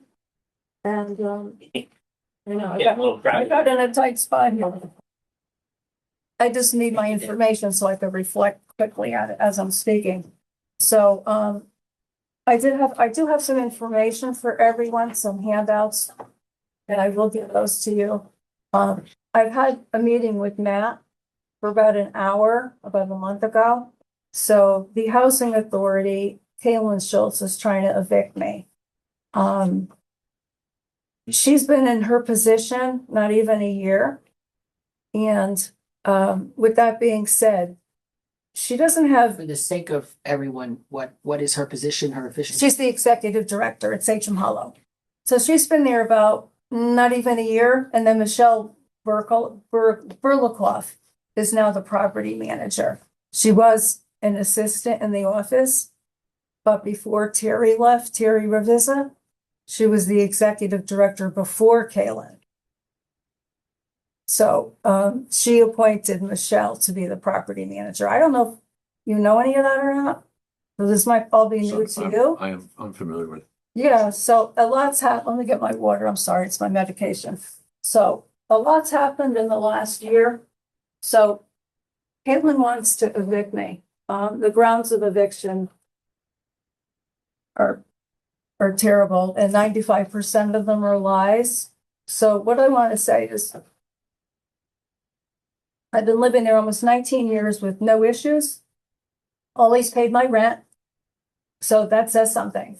So last year, it was noted before Terry left, and if an apartment came up on the other side of the complex, I don't know if everybody knows Sachem Hollow, there's only 32 apartments there. I was living in 207. I've had cancer for the last 7 years. And the noise and the activity for the nonprofits have been totally off the wall. I'm just tired of listening to it. It's a great organization, but I've said this to Matt before. They don't belong on the property. I've been to like 6 apartment complexes on the shoreline. But what they have, we don't have. It's quiet. It's not quiet where I live. So, but that's here nor there right now. But between the noise, the traffic, somebody hit my car. So Terry said, if something becomes available on the other side of the building, you could go. It doesn't solve the problem, but I said, let me take the opportunity because if my illness gets worse, I might not be able to move at some point. So Kaylin and Michelle offer me an apartment at 213. I look at it, I'm like, gee, I don't know, because my apartment needed painting. I said, you know what, take it now, because if you don't take it now, you might never have an opportunity to go anywhere else. So I take the opportunity, I signed the lease May 31st. I moved physically on July 1st. Within 4 months, they're evicting me. Now, these are the same 2 people that offered me the apartment. Now, this is an unbelievable story, but you'll figure it out. We have Kaylin that's harassed me, the executive director. We have my neighbor Sharon Lewis that physically attacked me twice. We have Dominic Donatis that was my friend until I moved down that way. And we have Dolores A that was my friend until I moved down that end of the building. These are all my friends except Sharon. We haven't spoken in a year. So somehow, some way, within 4 months, I'm being evicted. So now the major player here is Sharon Lewis. She's deranged. She was mad that I moved down that way because I have cats. They all don't like cats. Okay. So Sharon is the ringleader over here. I'm moving in and I'm moving in. Well, I finally sleep there July 1st. The first weekend I'm there, I had to call the police twice. She's spraying my apartment kick plate. She's spraying the walls. She's walked by me. She hit me with a bottle and sprayed me. I let it go July 1st. I called the police the next day. She did it again. I said to her, why? Well, you don't have anything better to do? Okay, so she got away with that. Every day from there, and I swear to God, for 40 days and 40 nights, maybe 45, slamming the doors, banging the walls, whistling. And Kaylin and Michelle knew this. They said, don't do anything. Don't do anything. I was ready to go over there and start banging on, my walls. Don't engage. Don't engage. So in my pile here today, which I will have to do if anybody's interested, these are all my complaints to the Guilford Housing Authority about all this stuff that's been done to me. This whole pile. They have all these complaints. Okay. So now, what happened was on August, you have to follow the story if you can. If you miss something, let me know. So on August 10th of last year, my neighbor Dolores, the one that said I harassed her, Dolores calls up Kaylin on a Sunday afternoon and says, please come to the building. She said, the banging, the slamming, I can't handle it anymore. Now, this was my friend. So Kaylin comes there on a Sunday afternoon, and this is the email that Kaylin sent to me after to thank me for being supportive to her and keeping it respectful. Dolores is across the hall from me. She's telling Kaylin that it's me that's been doing this for 40 days, 40 nights. She lives across the hall from you. You can hear that. So Dolores is sitting there on the windowsill. Kaylin's here. Sharon was out there screaming and yelling. That's how I knew Kaylin was there. So I go out there, I'm like, and Sharon's going, you're incompetent. Michelle should be fired. Dolores is sitting there. Well, because I don't want to get involved. I said, you are involved. You called her here. So after all that was said and done, Kaylin sent me this email. She said she spoke to Sharon outside. Sharon was laughing. She thought it was a joke. She said it's because Charlene has cats and I don't like it. She thought it was a joke. In the meantime, she cleared it up with Dolores. It wasn't me. Is everybody following so far? Yeah, I think we need to get to. Yeah, I know, but I know what you're looking. I'm really sorry about this, but I want you to understand. Understood. And you I have heard- you have a document that I do talks have about. documents that talks now, but about- please. No, I mean, you said something you prepared for us specifically that you're going to share with us. Well, a document. I have some things, but listen, I want to say one thing. Please, please, please. I have terminal cancer, okay? These are my $10,000 medications that I'm taking, okay? This is from my doctor to tell you how ill I am. They know that where I live. They know all this, okay? This is what I look like. This is the cancer I'm going through. Does everybody want to see this? I'll show you. This is what I'm going through. And they know this. Not once did Kayla ever call me in her office to talk to me about anything. She has denied me to go to board meetings. She said, because I didn't go to the last meeting. Then she turned around and said, well, your residence is questionable. Then last month or last week, I was going to go. I had to get an attorney and spend money I don't have for this, for something that's so unfair.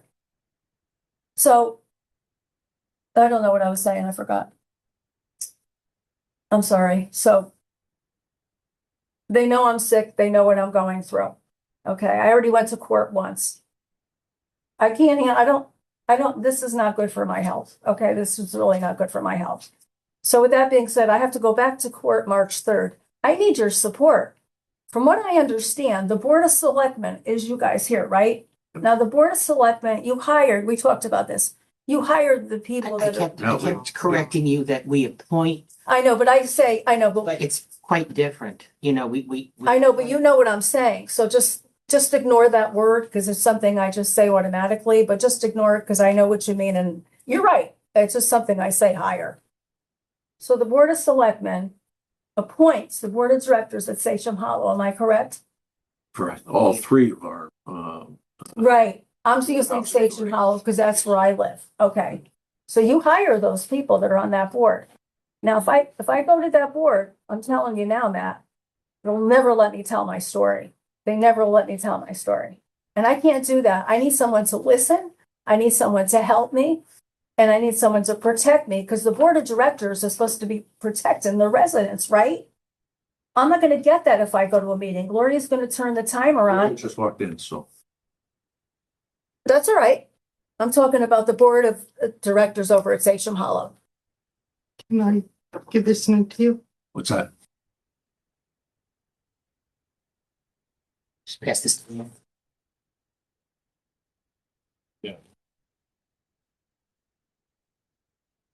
Okay, so where did I leave off? The Board of Directors at Sachem Hollow, correct? Get these are police reports. So I can't tell the story if you give me a timer. Well, we haven't necessarily hit a timer yet, but I think what will be helpful is this is public comments. People have many problems, needs, requests for direction of the town and guidance from maybe us, but you told the story and it sounds very troubling. I think what we're looking for is if you could sort of jump to the end and just tell us what Okay. your objective is for being here today. All right, so I was saying the Board of Selectmen, Board of Directors, Gloria is part of it, Sachem Hollow. Okay, then we have an executive director and we have a property manager. Okay, the Board of Directors is supposed to protect the residents and be there for the residents, correct? That would assume We're be part here, of their we're here to charge. take comment. I know, but who's going to help me? Who's going to sit down with me after this and help me so this eviction stops? I need help. I've been there for almost 20 years with no problems. I need Meals on Wheels. I need Forte's Market. I need transportation. I need visiting nurse. I need CVS pharmacy. I moved here because it's supposed to be affordable and low income housing. I'll say this, the housing court is very responsive to the tenants and people. There's a mediator before anything proceeds. Everyone has a chance to be heard. Where's this? At the housing court. So before any decision gets made, if you're in subject to an eviction matter, which I understand is the case from what you've said here, there's a multiple step process before anything terminal actually happens. And you should have every absolute right to do that and be heard in that form. And Where is this? at Housing Court. Housing court. If you hired an attorney, you would be able to work through. Housing court, Supreme Court? What housing court? I don't know housing court. Wanna explain? State judiciary. It's the state court. And again, we're treading in dangerous waters right here, because it's my understanding, lawyers indicated to me that the authority took you to housing court or took you to court last week. So this is a current legal matter, which we should not be opining on or getting in the middle of, Why not? because it's a legal matter. No, it doesn't, see, the thing is, Matt, it doesn't, Gloria, what did you have to say to this about what's going on here? That I know about the case. Did she tell you the whole story, Kaylin? See, I don't know what you know, but no one's ever listened to my side. That's the problem. Why can't I tell somebody my story? It doesn't have to go to court. I don't want to deal with a judge sitting there. I need help. I need help from you. When we sat down and talked, I indicated that you needed to get an attorney. Well, because of the actions that they were planning on taking. I had suggested to you that you go to legal aid and get some assistance on it. We cannot get involved and get in the middle of this dispute other than what I have already done, which is I had reached out to the board member asking to give consideration to what you were doing. You asked who? The board members. The board, Gloria. the board, oh, you didn't tell me I that. talked to Gloria and I talked to Peter Palumbo. Oh, The Guilford Housing Authority has open meetings and we have listened to Charlene as a board. no, but I didn't go And there this for, is a legal matter. I didn't go there for housing. I went there because of Charlie's Closet and that I've never discussed this because they wouldn't let me go to a meeting.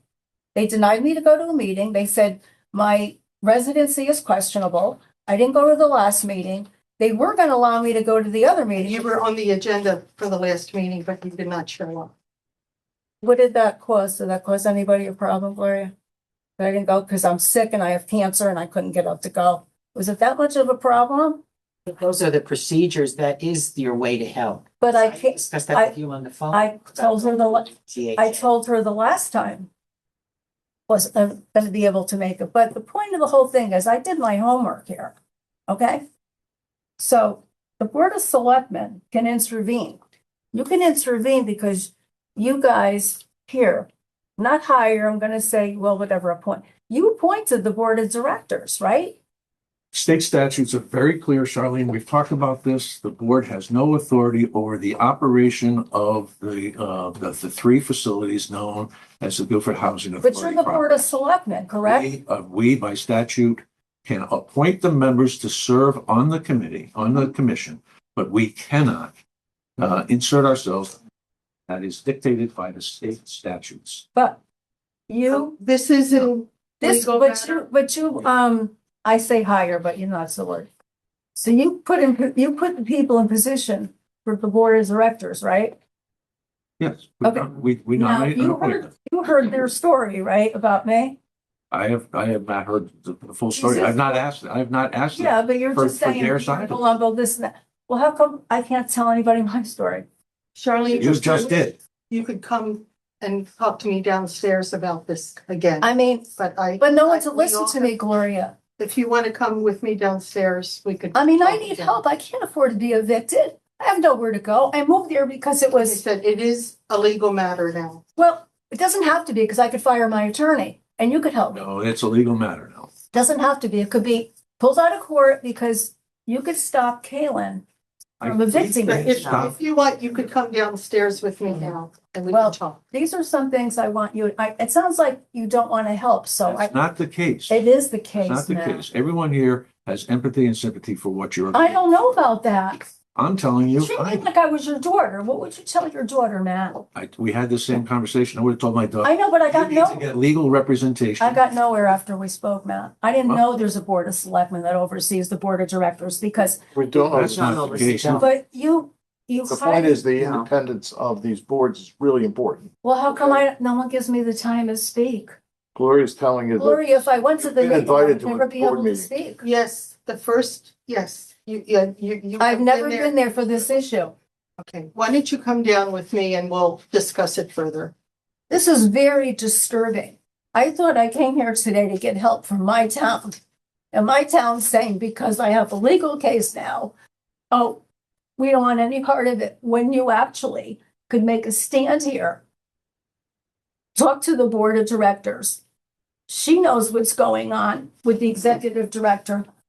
How come I'm not able to speak? Caitlin has been rude to me. She has harassed me, and so has Michelle. You have been given an opportunity to But you, speak. Matt, do you know why? I'm gonna tell you before I go. Okay, here's all the complaint forms. Okay, you have an executive director sitting there. I just want you to see this before I go there, okay? Now, if I die because of the stress, are you all gonna feel bad? Okay? They tell me not to call the police, right? These are all my police reports, right? We don't want Charlene to call the police. She's not supposed to do that. Then Michelle says yes. I have a complaint form here. It's terrible from the court what they said about me. And there's one there about Sharon Lewis that started the whole thing. And I didn't finish telling you my story. I'm a good tenant. I've been there all these years. And it's a conspiracy between my three neighbors because Sharon started it with Dolores and Dominic, and Caitlin hopped on board. Caitlin got me so hysterical one day. I was going for cancer treatment. They were injecting my face with a herpes virus. And she threatened me and said, I don't want to hear any of this anymore. I'm hysterical. I am sick. We understand that. Well, you don't know any of that, man. I'm trying to tell you now. That's the point. I spent an hour with you in my office. Well, where did we go with that, Matt? I'm here today because we didn't go anywhere. I gave you the options that were available. I want the town to help me. I shouldn't have gotten that far, did not Matt. get in the middle of this dispute between you and the housing authority. I have asked the two board members to give you every consideration relative to your case. Well, that's what I want to hear. See, I don't know any of this. How come I know nothing? They know I everything. told you I was going to do that. I don't, Gloria, I don't know anything about all this. Why do I Okay, know well, about it? let me try to talk to you more downstairs. Caitlin's never offered me to go into her office to discuss it. She denies. She says denied in an email. How can I tell my story if no one will let me talk? All right, Okay, do you wanna- Charlene, why don't you pull your papers together? If there's something you want to leave with us, please. Well, I do. I actually do, Matt. Okay, then. This is my $10,000 medication. I'll take it to stay alive. It was that. Oh, don't worry about it. I won't. I've done all my investigations. I know how all this works for public housing. I had to learn to understand why I'm here today, Matt. Yep. Okay, Okay. so, So. I'm gonna give you some handouts right now, Matt. Okay, this is my terminal cancer. Now, we No, you don't have to establish a You medical have. condition. No. You're supposed to care and take it, please. Okay, that's number one. Number two, and you have to have this information. I don't even know, Gloria, if you know this. Okay. Caitlin comes to our property, right? She sends out, But just give us the Just give it materials. to all right, us. she sends out this No, letter just about give us the the materials, credentials. please, Charlene. Charlene, Just when give us the we- materials. you I was want us on to the read. phone with you also for 45 minutes, and I said several times that public forum It's is not that usually easy. 3 minutes, and I said we often, the All right. first selectman I often just gives more want you to time, know but this is this- enough time. This is what you hired. You hired a property manager. We did not hire a property No. manager. It's right here. I got her resume. I know where she came Okay. from. But we're not going to make any further Where progress did at you this. hire, Matt? We didn't hire anybody. Caitlin has no background in social services. All right. If you have any Leave us papers the you want to material. read. Leave This us the is all, I material. just want you to know what was hired by the board of directors. Okay, Thank you. thanks very much for coming in today. No experience at all.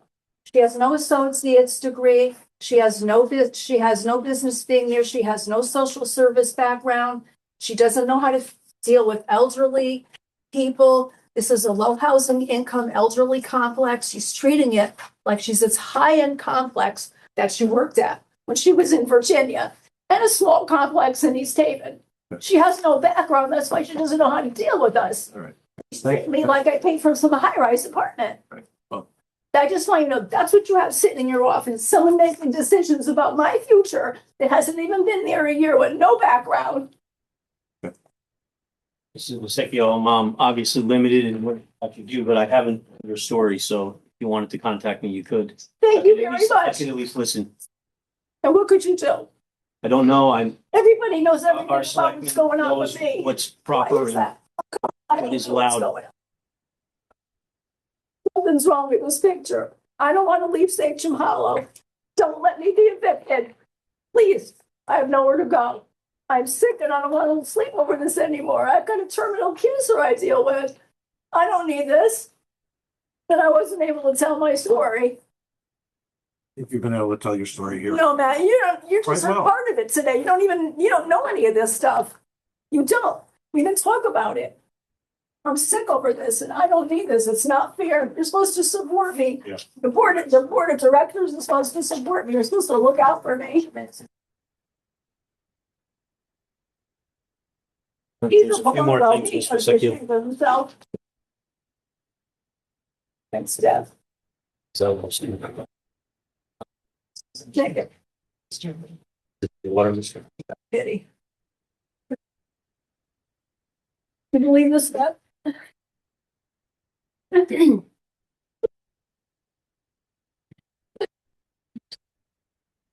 I have to go downstairs. She hasn't said this. Hope to see you again, Deb. But go talk to I her. am.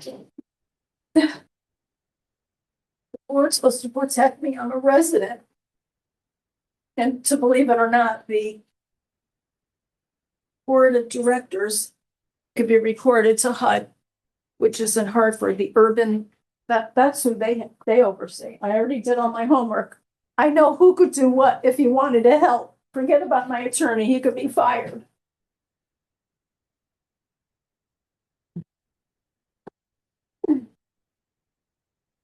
Anyone else wishing to address the board in public forum? Line, Insurance? Oh, I just, Kirsty's up there. We got somebody in the room. Christie, just wait Kirsty, one second. no, I just had I work with a nonprofit and recently we had to redo our insurance. So when we're doing the insurance in outside groups or ourselves serve alcohol, it has astronomically affected the insurance. So my question was so this is a Park and Recs program and alcohol is being served.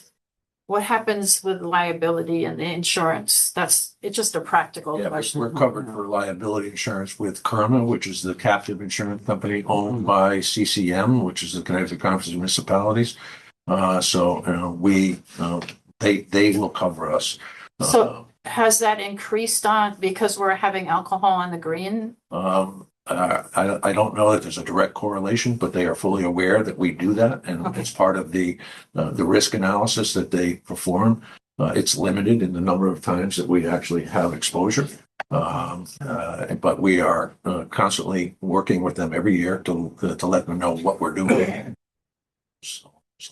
Plus, it's a great question. I also believe there was a private vendor that was serving the alcohol at that, But they then were independent. they have outside insurance when they do that. Yeah, Okay. we require a certificate of insurance from them, as well as we're named as an additional insured.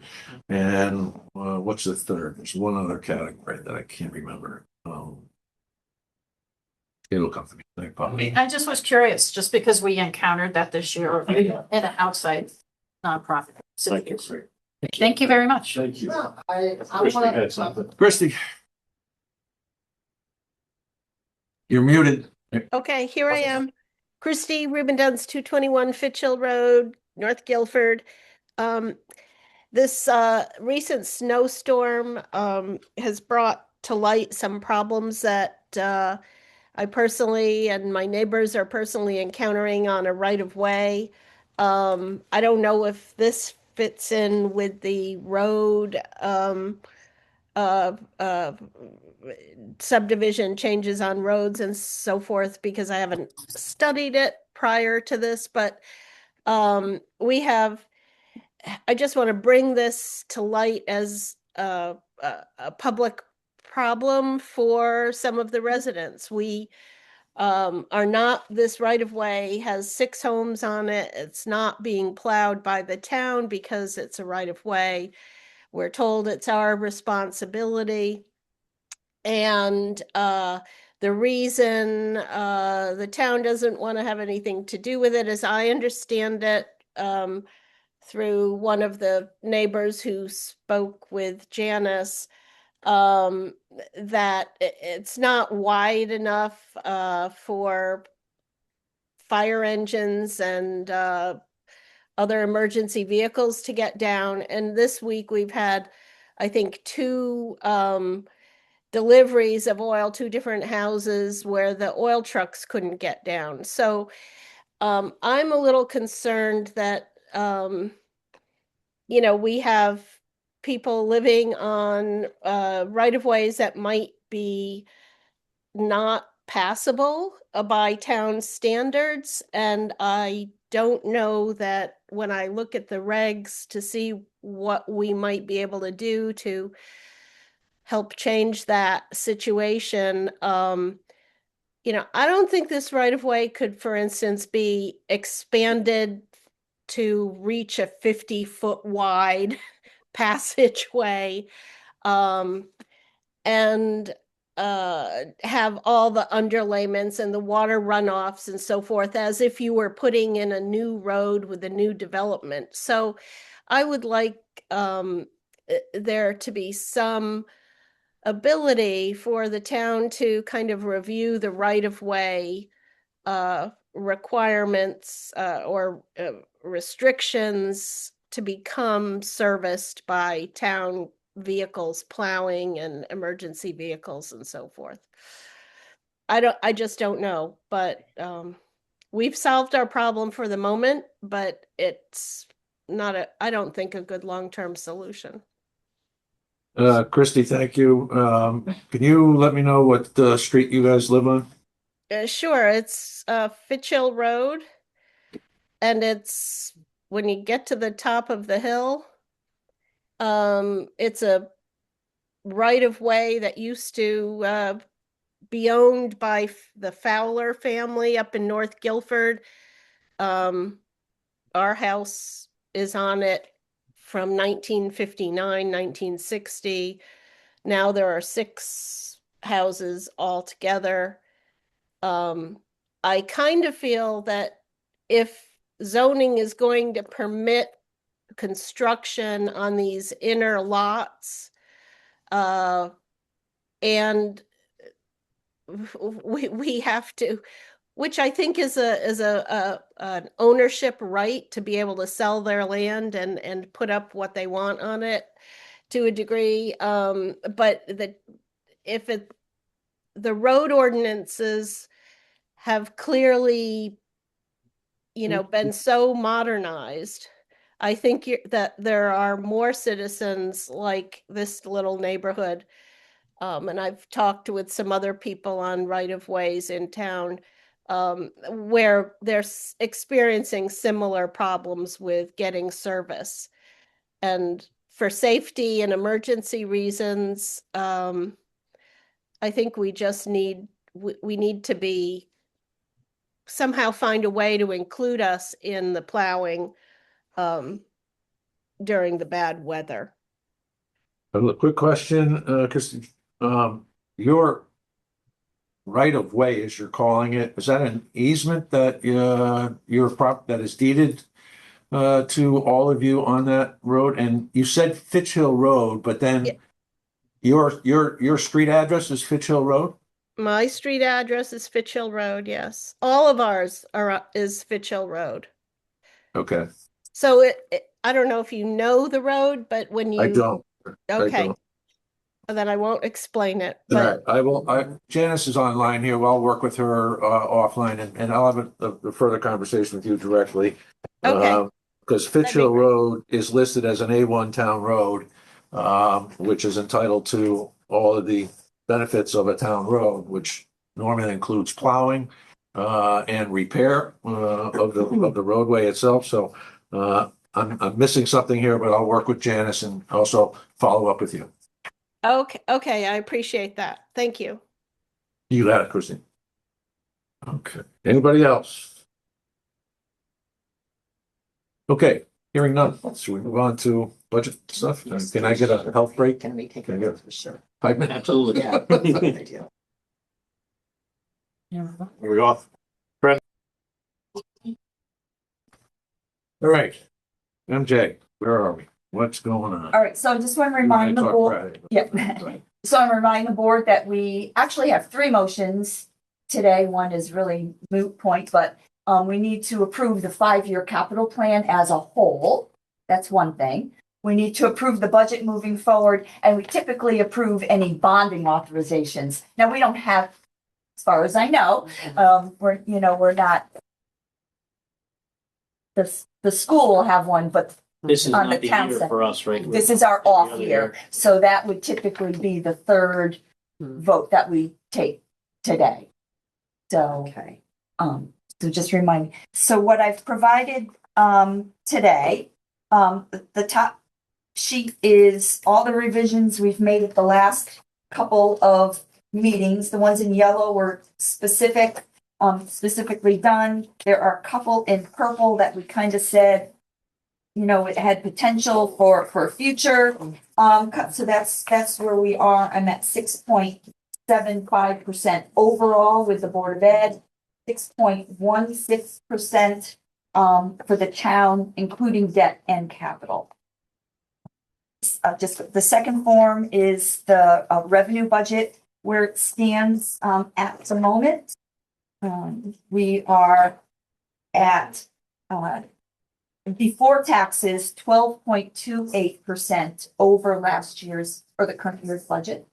You'll see on the first page, I've made some major changes. The next is the capital that includes just the items in general fund, which shows the changes. And I will note that all of the changes that I made since our last meeting have been discussed with department heads.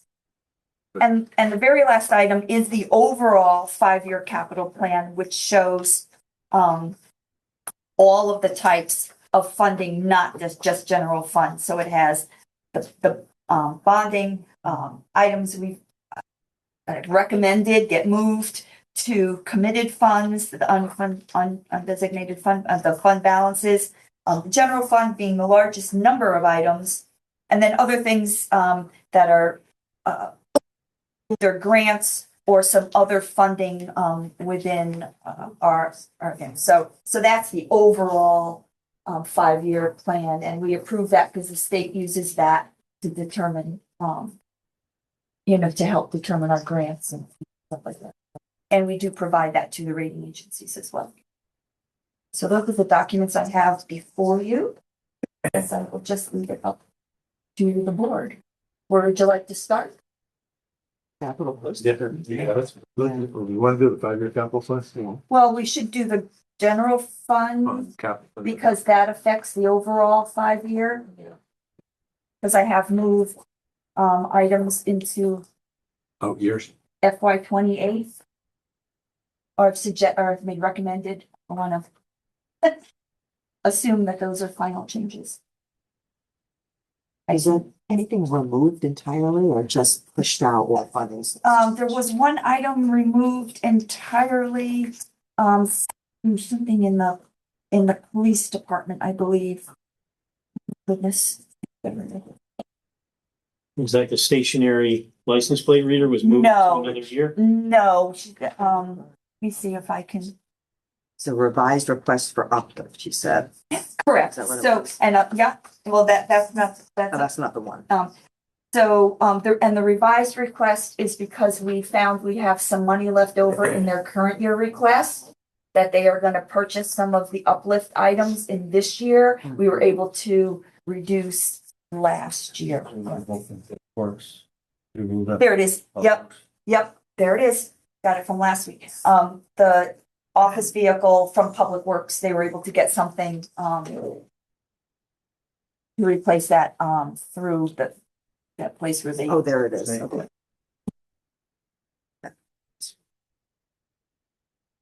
You'd think I would know all of these by heart. I look at them so much, but. Like touch on them one? Sure. One by one? Yep. So communications, EOC, repeater cell replacement. Just curious why we do that. We just do it because the current equipment wears out. It's time to replace it. I think this is a compatibility issue, if I recall. This is so this is, sure I'm on the right line.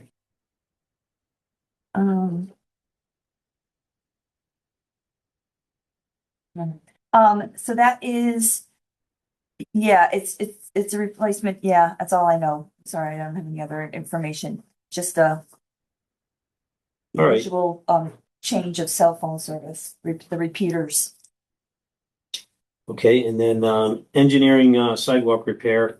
I guess, is there a reason, do we know why we did a lot in this last year? It seems like 100,000 compared to the previous years. So there's different types of site. This $75,000 request gets moved into our sidewalk fund for maintenance. Maintenance and replacement. Small replacements. Yeah, but the additional amount would be items that we're using the fund balance sidewalks for. Those are typically larger replacements, like we did Boston Road.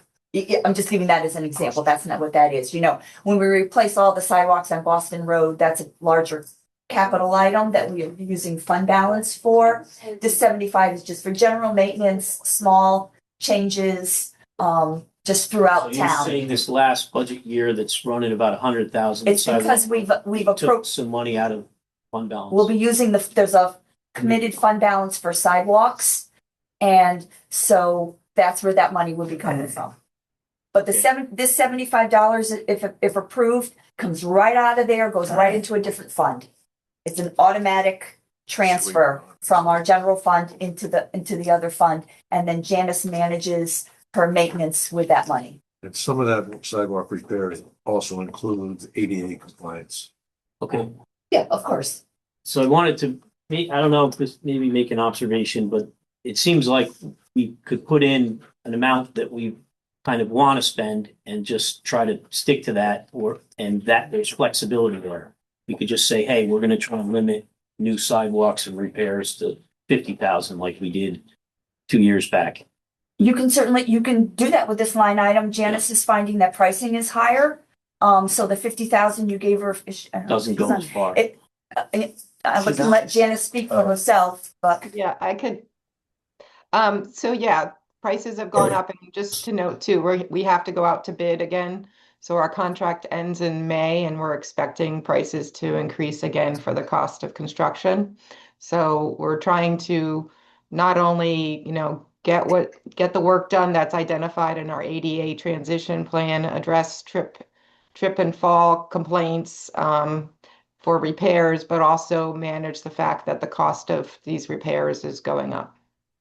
And Janice, can any contractor do this work, or since it's municipal sidewalks, is it sort of limited to certain designated contractors? I'm not asking that perfectly, but yeah, we put the bid out. The last bid was awarded to William Layden Construction, but we had received several bids. There's several companies that will respond to bids like this. As I said, we had extended the bid for 3 years, which was the max allowed per the contract, and now we'll be going back out to bid. Janice, on that note, can B&W do more help? Public Works help more with this? I think they talked about their sidewalk grinder and they're preparing more sidewalks for you. Yeah, so it's been great this past 6 or 8 months. Public Works stepped up to use the sidewalk grinder that the town has owned for years. And they have helped with addressing some of these trip and fall areas that can be just ground down as opposed to replacements. But it still doesn't meet the need to do actual physical replacements of sections that are too far gone, or to update the ADA ramps that are required at intersections and crosswalks. Is there an amount that you think would cover repairs on average? And what amount is covering the new projects like the ADA transition plan? I don't have the plan in front of me, Jonathan, but you can refer to the plan. There is a detailed breakout of improvements and costs over a number of years. So we're following that plan, which also identifies costs. All In right, I addition mean, to the- obviously, I'm driving it. Can we reduce this a little bit? Because, total budget increase pretty high, so can we live with 50 or something like that?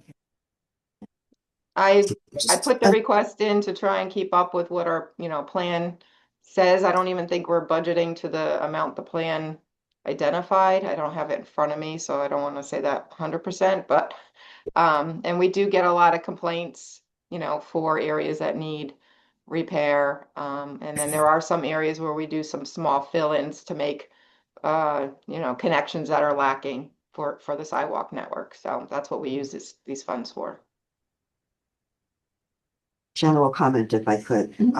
I would not want to see capital in total go below $1 million. It looks so hard to get it up there. I agree. So we're $1,017,000 in total, which is a little bit higher than last year. It's just a 1% increase. Definitely room to cut, and if there's anything we don't feel we need, then we shouldn't do it. But, as far as a little bit here and a little bit there, I mean, And I want to leave it up to them. to that, knowing that that was the general consensus, as I was talking to department heads and something was coming out, I would maybe put something smaller back in. I was trying to keep to that amount as close as possible, because I thought that, obviously Did it. you can do whatever you want, but that's kind of where I came from. I just wanted to kind of express a comment on my part, like seeing that salaries in the medical issue is probably going to drive almost 4.5%, 5% increase, somewhere in there. I feel like almost anything discretionary should be considered, and it doesn't mean it never gets done. It might mean that we just wait and we do it in the next budget cycle. Yeah, I'm not disagreeing with that, Jonathan. I was just doing what I. Yeah, I'm felt sorry. that And that I- was just And comment that we've done that exercise. This exercise moved how much to A lot. We went from, 700, we moved 700,000 that have a demonstrated need. We're moving on for a year, at least, for 1 year, if not longer. And then, I would also And- note but that I- the last 2 years were more like 800,000 or so. What? No, This- it's been over $1 million. Million. no, over $1 million. The Oh, it's budget, over $1 million in the previous Yes. years. Yes. yes. And quite honestly, That was taking in the margins, $15,000, $20,000, $25,000 capital budget, it's not going to move the needle on that 5% increase to any significant degree. And just for historical context, this was quite as obvious at the Board of Finance, although I feel like it should have been. There was the response that we were contending with, the problem that we were contending with 10 years ago was to bring capital in the operating budget to $1 million so as to reduce some pressure on bonding. You know what I mean? So Yeah, I'm all familiar these- with pay as you go. all these things are Mazda sort of filled me in on ways that. of different ways of Another responding to 100 expenses. times maybe. So at a time when we were dealing with significant bonding pressure, it was a way to kind of get things done in a way that was more predictable and trying to flatline this. I mean, candidly, we should probably go up 2-3% every year Should be in that line item, but I just brought capital going up. below $1 million is to Right. me a I just hard brought number. capital up because so in 2024, our budget was 1,074,074. The next year we went up again, just as like this, 107,77. So we went up about 3,000. And then last year, because of budget cuts, we went down to 1,000,009. So, we cut $70,000 out from the year before, where you guys thought you were low, and now we're even lower, and now we're, now we're evening out the lower number as opposed to where you guys had brought that up. So we have been, that's where we've been it hasn't been under $1 million since 2021. It was 982,000. Thank you. Why suddenly I'm worrying about the Adams Little League fields? I know, I don't, because I think I'm a little crazy. Regrade and reside, the only reason I'm asking you about that, it's $11,000 and, you moved it over to the next fiscal year. The Little League group, whatever they are, don't they give money towards the field? They have in the past. So, I'm just on that point, I want to make a note of the numbers that I have after the department. So it says it says next to that Adams, it says Park and Rec 17. mhm. That means through ClearGov, Pam made that 17th on her list of priorities. Okay. So anyone I was looking to move around, I added the Oh, numbers okay. to this. Mhm. And when I was doing my cuts, so with Pam, I started with 20. So Okay. that gets moved out. So, All right. and Pam might be on to, but so that's what those numbers represent. Okay. So those were Park and Rec's priorities when they put their budget in. Okay. I'm not saying you can't put that 11,000 back in if you wanted to do that, but since you mentioned that, I just wanted to explain what those numbers No, that's very represent. helpful. I was more thinking about the citizens who raised the other money, however they raised their money. Are they disappointed that this isn't gonna happen? I was thinking about it from the Little League people, not the Park and Rec person. You know what I mean? Because, We're trying to get the department heads to log in, so I don't see Pam yet. okay. Well, it's all right. If Okay, everybody else doesn't. Yeah, I see my, yeah. Not concerned. What's that? What? Not concerned. All right, then it's okay. We can Yeah. let it go. Yeah. Sorry. I have to come together. Okay. All right, fire EMS glide slope. I just don't know what they are. So I don't know what it was. Sounds like we need them. Mike's on right here. Oh, okay. Mike, can you explain Hey, Mike. glide scopes?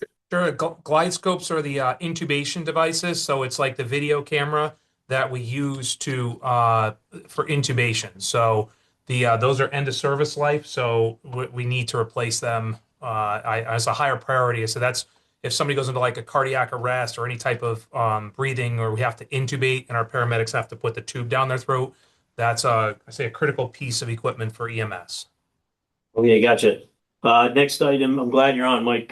Fire fuel truck chassis replacement. Kind of got that same question about the ambulance. Can P&W do the chassis replacement? So the chassis replacement. So there's let me explain. There's a whole new ambulance. I say new box and chassis. And I'll walk through this, Jonathan, because I know you had questions. Well, this is the fuel truck, I think, not the Well, ambulance, right? so one goes with the other, and that's why I'm explaining it this way. Sorry. I mean that this year, which was really a capital project 2 years ago, for the full ambulance, which means new box, new back and new chassis. That was for approximately 300 and something $1,000. Don't quote me, but that was from 2 years ago. That new one will be here in May, is slated to be here in May. And this remount, the remount of the chassis and the box, which we brought up, that's actually in last year's capital, starts the remount cycle. So that's when the ambulance goes down to Alabama and gets remounted at Excellence is the vendor. And I did find out some further information. And the reason they're sole source is because they're the manufacturer of the box. And the only one that can put the box on a new chassis and certify it is the manufacturer.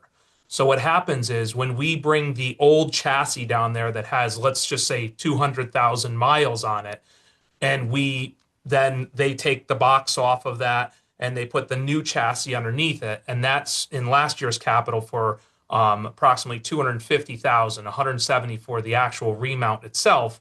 But that process, when we bring that old, what we normally do is instead of disposing of that chassis that has 200,000 miles on, we remount the fuel truck, and the fuel truck currently has a 1990 something chassis on it. So then that will bring the fuel truck up to a newer chassis.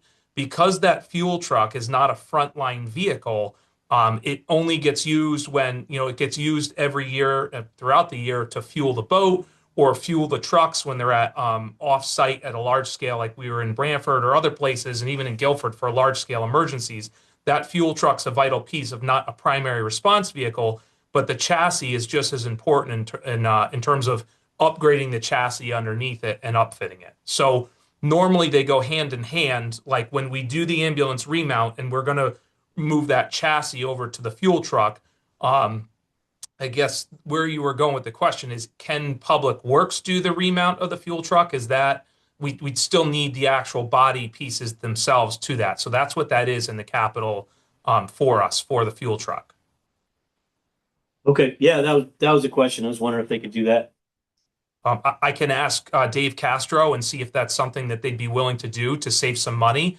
But normally that's the budget that we've had to do the full remount. So I could work with Dave and see if Public Works could remount chassis and do stuff like that onto pull the old fuel truck chassis out. And I'll absolutely be willing to look at that to potentially save some money. Okay, thanks. Not a problem. So hazardous equipment, I think we probably need it. I was just curious what it was. John, Yeah, so you were here at the Capitol meeting, right? I don't know if that was November. It was in November. I think I started coming in December after I. No, you were here as a Board of Finance. Did I come? Yes. Sorry if I asked this question before. I guess that's driving Well, at. no, and I'm not saying you asked him. I'm saying the explanations were all given before. Yeah. Do you know what the hazardous equipment is for? Yep. There's two lines. That hazardous materials equipment. So that would be, to give you an example, like our level A, level B suits, our personal protective equipment for hazardous materials response. They have a life cycle of about 10 years. So what we've done, instead of buying all of our suits in one spot and asking, we have a replacement cycle. And this also fits hand in hand with our tech rescue line. So everything associated with hazmat and tech rescue, which one is 15,973. That's not that one. Hang on. Let me go to my budget sheet. One is $16,517. That is the 10-year replacement cycle for all of our hazardous materials equipment. And as it cycles out of life, just like rope or other things, we don't buy one big cache at once where it all has to go. We build it over the 10-year cycle of its replacement cycle. And then also technical rescue equipment also fits in that. So like dive equipment, rope rescue equipment, confined space. That capital maintains all of our technical rescue, hazardous materials, high angle, all of that type of response, our life cycle of our equipment. Okay, sorry, it probably came up before, but my memory's terrible. Sorry, too. No problem. All right, that was all I had for you today. I think That's it? We hit on every line. Yeah. Mike, was there anything we pushed out that you think is an issue? No, Mary Jane, I worked with her last week. She did ask we rolled the Lucas devices. We think we can go longer. The Lucas device is the compression device that I call the extra person on CPR. So we don't have to tie up one person. It allows us to free up a person. We can move that further back. Again, and I can work with Dave. I can talk to him on the fuel truck and see if there is some potential savings there as well.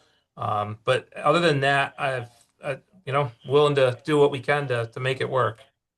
You'll note that the other items in his budget that are moved I'm recommending being funded by committed fund balances. I see. Can They're you not see that? being postponed. They're Right, being so- funded. Great, okay. And great. that $21,000 should be in FY 28, not in funding source That's what change. I I thought. missed Yeah. putting it over there. But so the door maintenance, the sidewalk replacement, and the egress deck and stairs will all be funded out of money we have set aside. Okay, So they're that's great. not moved, they're just moved No. from how they're funded. I understand. And thank you for that too, because all three of those are at the sidewalks themselves have been brought up at the safety committee meeting. As you know, Mitch, we trying to get that done for a while.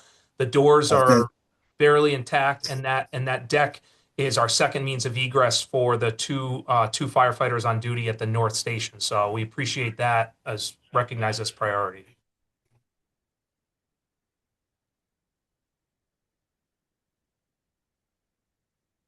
Any other specific questions? Just going on to golf. There you go. Go ahead. So I was curious, the sprinkler heads for the irrigation system, right now we do that, we bring a truck out and trunk to get water out to those sections of the golf cart course. It says expansion. I think there are sprinkler heads already. right? Yeah, They just I was want more. wondering. So I was wondering how, how bad we need this year. I'm not the big golfer in my family, but I can tell you how important irrigation is to a golf course. I think that was a high priority for the commission. As you can see, it's number one. Okay. And then this Golf Toro Reelmaster 3550D, assume it's a huge mower. That was, They actually had it Wasn't approved in- last year. They had it approved I think that was what, last year, and they held off on that request because of the issues they had. So this is brought back forward. so I'm trying to think, that was out of the last listing, but in this latest? Sorry, I thought something changed. No, That was one of them. no, I think I They think the potential of them not receiving money from the insurance, they were gonna forego this yet a second year, but since we got the insurance. since we have the insurance, it's in. And again, it was their And this was, I think this was moved off out of capital because they allocated capital for the replacement of a couple of tee boxes, right? yes, to do that Changed- instead. They changed the Yep. priority. Yep. Where is that, software, the inventory software, which really is customer That's in the management? operating. That's in the operating. Oh, sorry. Thank you. So then I was gonna ask, based on what Mark Larkin keeps saying, is if they buy that big mower, are some other mowers gonna be retired? But maybe no. I'll let him answer. Should be. All right, and then the library, computer hardware, software replacements. I was wondering if there was a timing issue there, because I just saw there was 0 expended so far this year.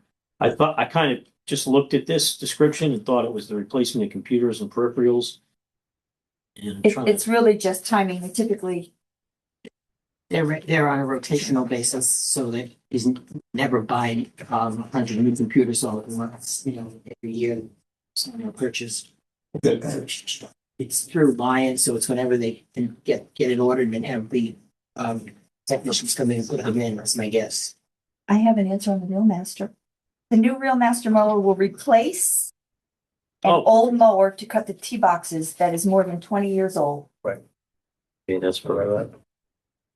And I just didn't want to say anything without finding it. the weed control, I was glad to see that it's being reduced. I guess we're gonna get the funding somewhere Well, else. we have some leftover grant money. We received a grant, so it's using up the money, that money. I think it's the grant money, or is it carried in force? Yeah, I'm trying. Still carried I know I have money somewhere. Safe. Carried in force. Carried in force. Okay, so we set money aside in a prior year. I was thinking it was grant money. So we're using that money up and allocating the balance in the general, in the capital. So we're doing the whole project. So the project was the 15 or the 16 plus the 24.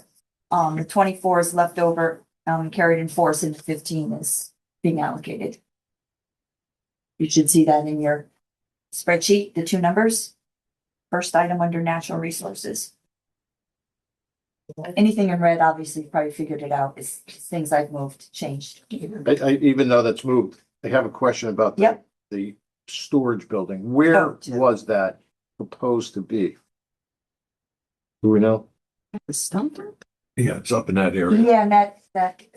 Oh, that makes sense. Sure. Okay. And $120,000 and then just for a basic garage. I got it. Okay. Storage building to be installed at Sullivan Drive. Oh, yeah, there is something. To store equipment and materials to maintain the open space properties. Equipment is currently stored at the old Public Works building over here on Boston Street and at 50 Driveway. The master plan is to close the facilities, obviously, and find alternative storage. That really is my question. It's someplace that will have long-term viability. Correct. Eventually useful. It's not this year we have to worry about it though. So thank you for having it on the list. Well, yeah. Should we talk about the future ones or just wait and do this year first? I'm kind of focused on this year. But sorry, I'm trying to touch on so many. And just keep in mind, even though you approve the plan for future years, It's not set in stone. You know, every year we look at it, but I'm not telling you, you can't go through them. Yeah. Yep. Yeah, I'm not there on the natural resource inventory update. I don't see spending $20,000 on that. I've looked at it on the website. It's really interesting. I don't understand the requirement. You're not sure what the ROI is. Yeah. Yeah, Well, they would have to, at minimum, fill us in on that. yeah. I don't know if that is part of any of the grants that we apply for. Do we need to have the information? Yeah, okay, well, if that's the case, that would change that. When it comes to the It weed just says it control, was last updated in 2010. The weed control is just, I thought the last time we heard from It's having an impact. that it's reducing the need because of the persistent application that we've done. And that this is- So Yeah. I'm personally glad there might be an end to it, but you know, I've spoken up before and said, are we just throwing good money at bad, fighting Mother Nature? And then I'm concerned too that the chemicals are, you know, somewhat dangerous. And I was at the Connecticut River and they treated the Connecticut River for that. And there was all kinds of dead fish all along the sides of the river. They've addressed that question, but the thought nags, and I appreciate what you're saying. I'm curious, is the dam rebuild going to affect how sort of stagnant and low that end of the, Yeah. anyway, we're way ahead of ourselves for Dam another meeting. rebuild? Yeah. The dam rebuild. Oh, it's a funny thing. And then backtracking a little bit, the golf building is on here for next year, the 155,000. We haven't talked about that at all. No. Right now, they store things underneath. I thought that was the whole point. They have sort of that garage space, but again, they have to. There's trailers up there too. The what? There's trailers up there too. They're storing things in. Oh, there are trailers. They're in that little drive, little hill slope Yeah. cutout across from the school parking lot. Oh, yeah. Always something. So I don't know. Pam wants to be on, but I want to touch on some PR purchases. Pam, would you like to join us, please? And I'm sorry, maybe some of these are Thank you. questions.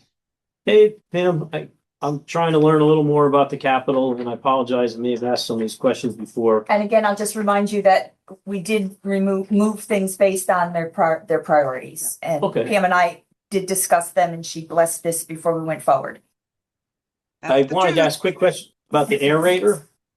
I just wanted to ask if it's gonna replace an old one and you're gonna kind of give one up to get a new one. The aerator, I'm looking through the medley of things I have here. Yeah, and there's probably so many on the list. It says Bethco, DCA, aerator. It is not replacing, Is it new? Okay. but you know what, I'd hate to be wrong about that. So I am going to refer you to your note. yes, I'm trying to look my notes So up the too. Bethco, is that the Bethco Yeah. pool aerator? Yep. Modern aerator to maintain healthy turf, improve drainage, and replace outdated 1980s model. Thank Oh, there you. you go. Otherwise, I was gonna ask how you do it. I mean, with the amount of activity those fields get, they need to be aerated. Exactly. And then when you say expand irrigation at the field hockey field, what is exactly meant by that? You do some irrigation now and you'll do more? Yes, they only did partial. And so they've always planned to do the full field, but they haven't done that yet. And It's this been in our says plans. it actually completes the previously planned irrigation zone for Yep. consistent turf quality. Okay. And then on Sorry, the, Pam, I hope you don't mind me chiming No, in. please, I have my notes in front of me. I keep going back and forth, but I have so many on the list. on the splash pad, I think I was inspired by Public Works handout, but can they fix the splash pad? I think they got to dig up the pipe and it's a PVC pipe. You know, I've never talked to Dave about that because it's a very specialized equipment. And we have not asked him in the past because we brought in a specialized group that actually, you know, installed that system. And so they fixed it the first time. So we had to bring in another specialist to actually tell us how we could not temporarily fix it, but permanently fix it. And that's where the difference between the two are. So I certainly could have a conversation with Dave, but I have not in the past. Okay. I don't know if it's simple enough for them to do it or not, but Might be worth asking. Maybe if we had another maintainer, we might be able to find something. That's what Dave's thinking while he's listening to this.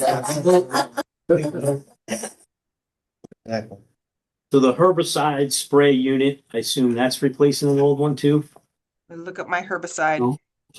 It's a new technology. thing. No, Something it's that- not replacing. All right, and then irrigate Bittner A, B, and C fields. I guess those fields are not irrigating right now?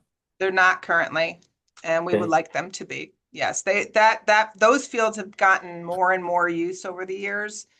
And even since the soccer field ended up going to turf at the high school, then we've changed over. It became more of a baseball complex. So we've been getting a lot of use there. All right, and then the rotor mower, is that a replacement or is that new? Rotor mower, I have to look that up too. For 99,000. Yep, increased Pretty mowing big- pretty efficiency big on mower, athletic huh? fields. Yeah, I'm not certain about whether I didn't say whether it was a replacement in my notes. Okay. And then you're gonna seal coat the parking lot of the community center. That's one of your items. Yes, that is one of my items. Yep, we've gotten I sent some pictures along with my requests as well. Obviously, it's a heavily used parking lot. So looks like it could help the longevity of that parking lot by seal coating it. Is that something we just do every certain amount of years? Do you know? Probably not often enough. Yeah, I haven't had the information that we've done it anytime in the last 10 years. Okay. And then the shelter at the Bittner pickleball courts, we're gonna cover them with the pavilion or something? Currently, we have literally a old tent that I think Tony had on hand at the Parks Department, and they reused it and put it up at the pickleball courts for shelter out of the sun and the exposure of the weather. It has since ripped and torn, and we thought we should do. I mean, it is so heavily used up there, and some of the instructors that are working up there for all the classes, I mean, have got to have a place to get out of the sun, and so, or rain, or what have you. But we thought that doing something a little bit more permanent up there would be better, and that's what those are. They're quoted almost as dugouts that you could go in, sit down, and be undercover.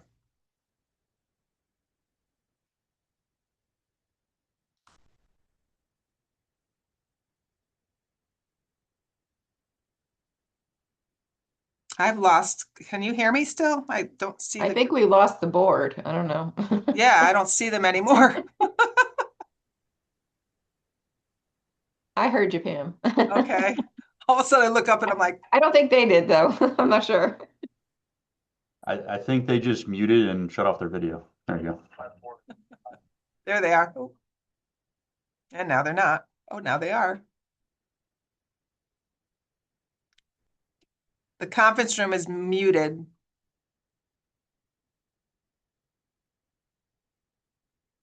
Okay. Yeah, we lost you guys totally all there for a minute, so Yes. we're back. Did you want me to repeat I'll that? address that. If we're going. So let's think about what we're talking about. In terms of more courts, I would probably that assessment. There's a lot. The additional mobile nets at Adams have addressed some of the problems, and I think the town's been pretty responsive, and the courts have been quite nice. In terms of the structure, if we're going to have the facility, Probably. as expensive as it is, I'll come get you. we'll have some sort of structure to let people get out of the weather, if it turns foul while they're up there. That's my sense. In the sun. And then I wanted to ask about the submersible pump upgrade. Was the pump failing? Or is this just new? No, it's new. It wasn't failing. Needs to be replaced. I'm looking at the notes from our capital meeting. The fields are irrigated, pulling water from the river. Pump needs to be. Okay, so it is not. And then the tilt trailer for the 14-inch mower, or 14-foot mower, sorry. Does that replace an existing trailer, or is that a new one, new item too? I'll look at my notes there too. basically my notes just ensures safe single-person transport of a large mower equipment. I believe it's new because we're starting to talk about the possibility of having to go up north to the new facility. And we're gonna need to start being Okay, able to transport the larger mowers. all right, two more. Ventrac sickle mower attachment, just the same kind of thing. Is that just replacing something or is that a new thing? Let's see, expands versatility of the existing Ventrac. So we have a Ventrac unit, but this is an attachment that goes onto our current one. Okay. And then the last It one lets here, them do the slopes, Yeah. ponds, so it's gonna, kind of like one of those arms. yeah, I so see. it's gonna allow them to advance, to do more difficult terrains, so Okay. what they can't do now.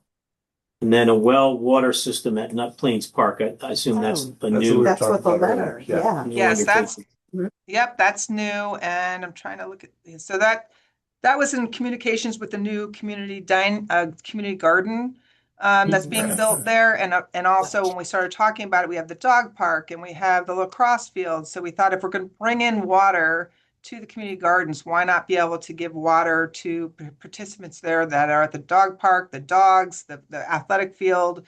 So together we decided that we should look into some solar powered unit to bring water in. And if I'm not mistaken, the community garden folks, Terry Kane, was able to get some funding from Sustainable CT, I believe, and did some private fundraising as well. That amount seems low for. Correct, and we water also system. have Yeah. the athletic, the lacrosse group that also would support giving us some additional funds if we get this approved. Thank you, and I apologize. I think just with the time being compressed, I lost track of some of these notes and comments. I'm sure they're No, getting to me I at some point. I clawed my way through it. Needed a Thanks, little Mary Jane. recap. Thank you so much.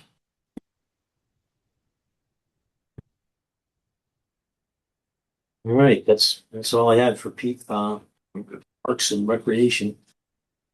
Anything else?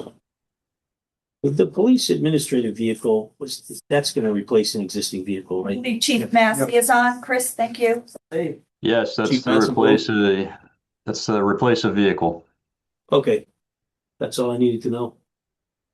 Was going to ask you a little bit though about police upgrade video surveillance, and you probably talked about this before. Again, sorry, I need a little recap. We have surveillance now, but we're going to get something that's better, higher resolution or something, or? Correct. So we have an existing surveillance system that covers our building, including several key areas, evidence, our cell block, our lobby, the parking lots. The system is getting to end of service life. So working with the public safety IT coordinator, Jay Leatherman, we've identified another system that we want to switch over to that is easier for us to maintain and upgrade over time. It will also be transferable if we do have to maneuver some equipment into a building renovation project, if that ends up happening in the future. But it's certainly something that is needed. We have cameras that are in need of repair at this time. That other item where you uplift the components on the police vehicles, you just do that from time to time, right? You update the radios and so forth inside the. So that line is actually there, sir, to upfit the brand new vehicles that are being purchased. The two new ones? Yeah, so the vehicles do not come with lights, sirens, radios, cages. Okay. Anything like that. We need to upfit those vehicles, and that line under vehicle components covers that. All right, gotcha. Sorry about having you do a recap. I couldn't remember some of this stuff. It's quite all right.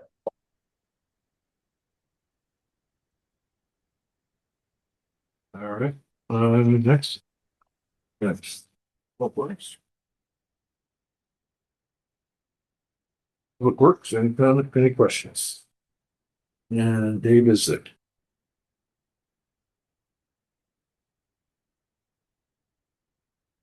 No. Just replacing the welder and typical drainage projects. Yeah, and as you can see, we put the hook lift truck in bonding, so in the anticipation of being in next April's bonding package, and then the funding would be available at that time. Sorry, I think I'm figuring like the electric box down there. Short circuit. Okay, that sort of gets us to the end, huh? Mhm. Good. Yeah, well, I think some of us have already indicated that we're comfortable with the number of $1,017,017, even though it is less than what we did 2 years ago. It does keep us over the million. And I think we've justified pretty much all the ones that it's identified as being appropriate for this year. In addition to that, I want to thank the department heads for their flexibility and Jumping on quick. jumping on this call quickly, but also your ability to work with us, your willingness to work with us in terms of changing some of the funding priorities, both on the capital as well as the operating budget. So, if I forget to say that later, I just Yeah, nicely done. all right, is there a motion to approve the capital improvement projects as part of the general fund in the amount of $1,017,367? I'll make that motion. Is there a second? David? Second. Second. Comments or questions? Further comments or questions? I'm concerned that the public's not gonna find that 6.75% increase or wherever we're at exactly to be palatable.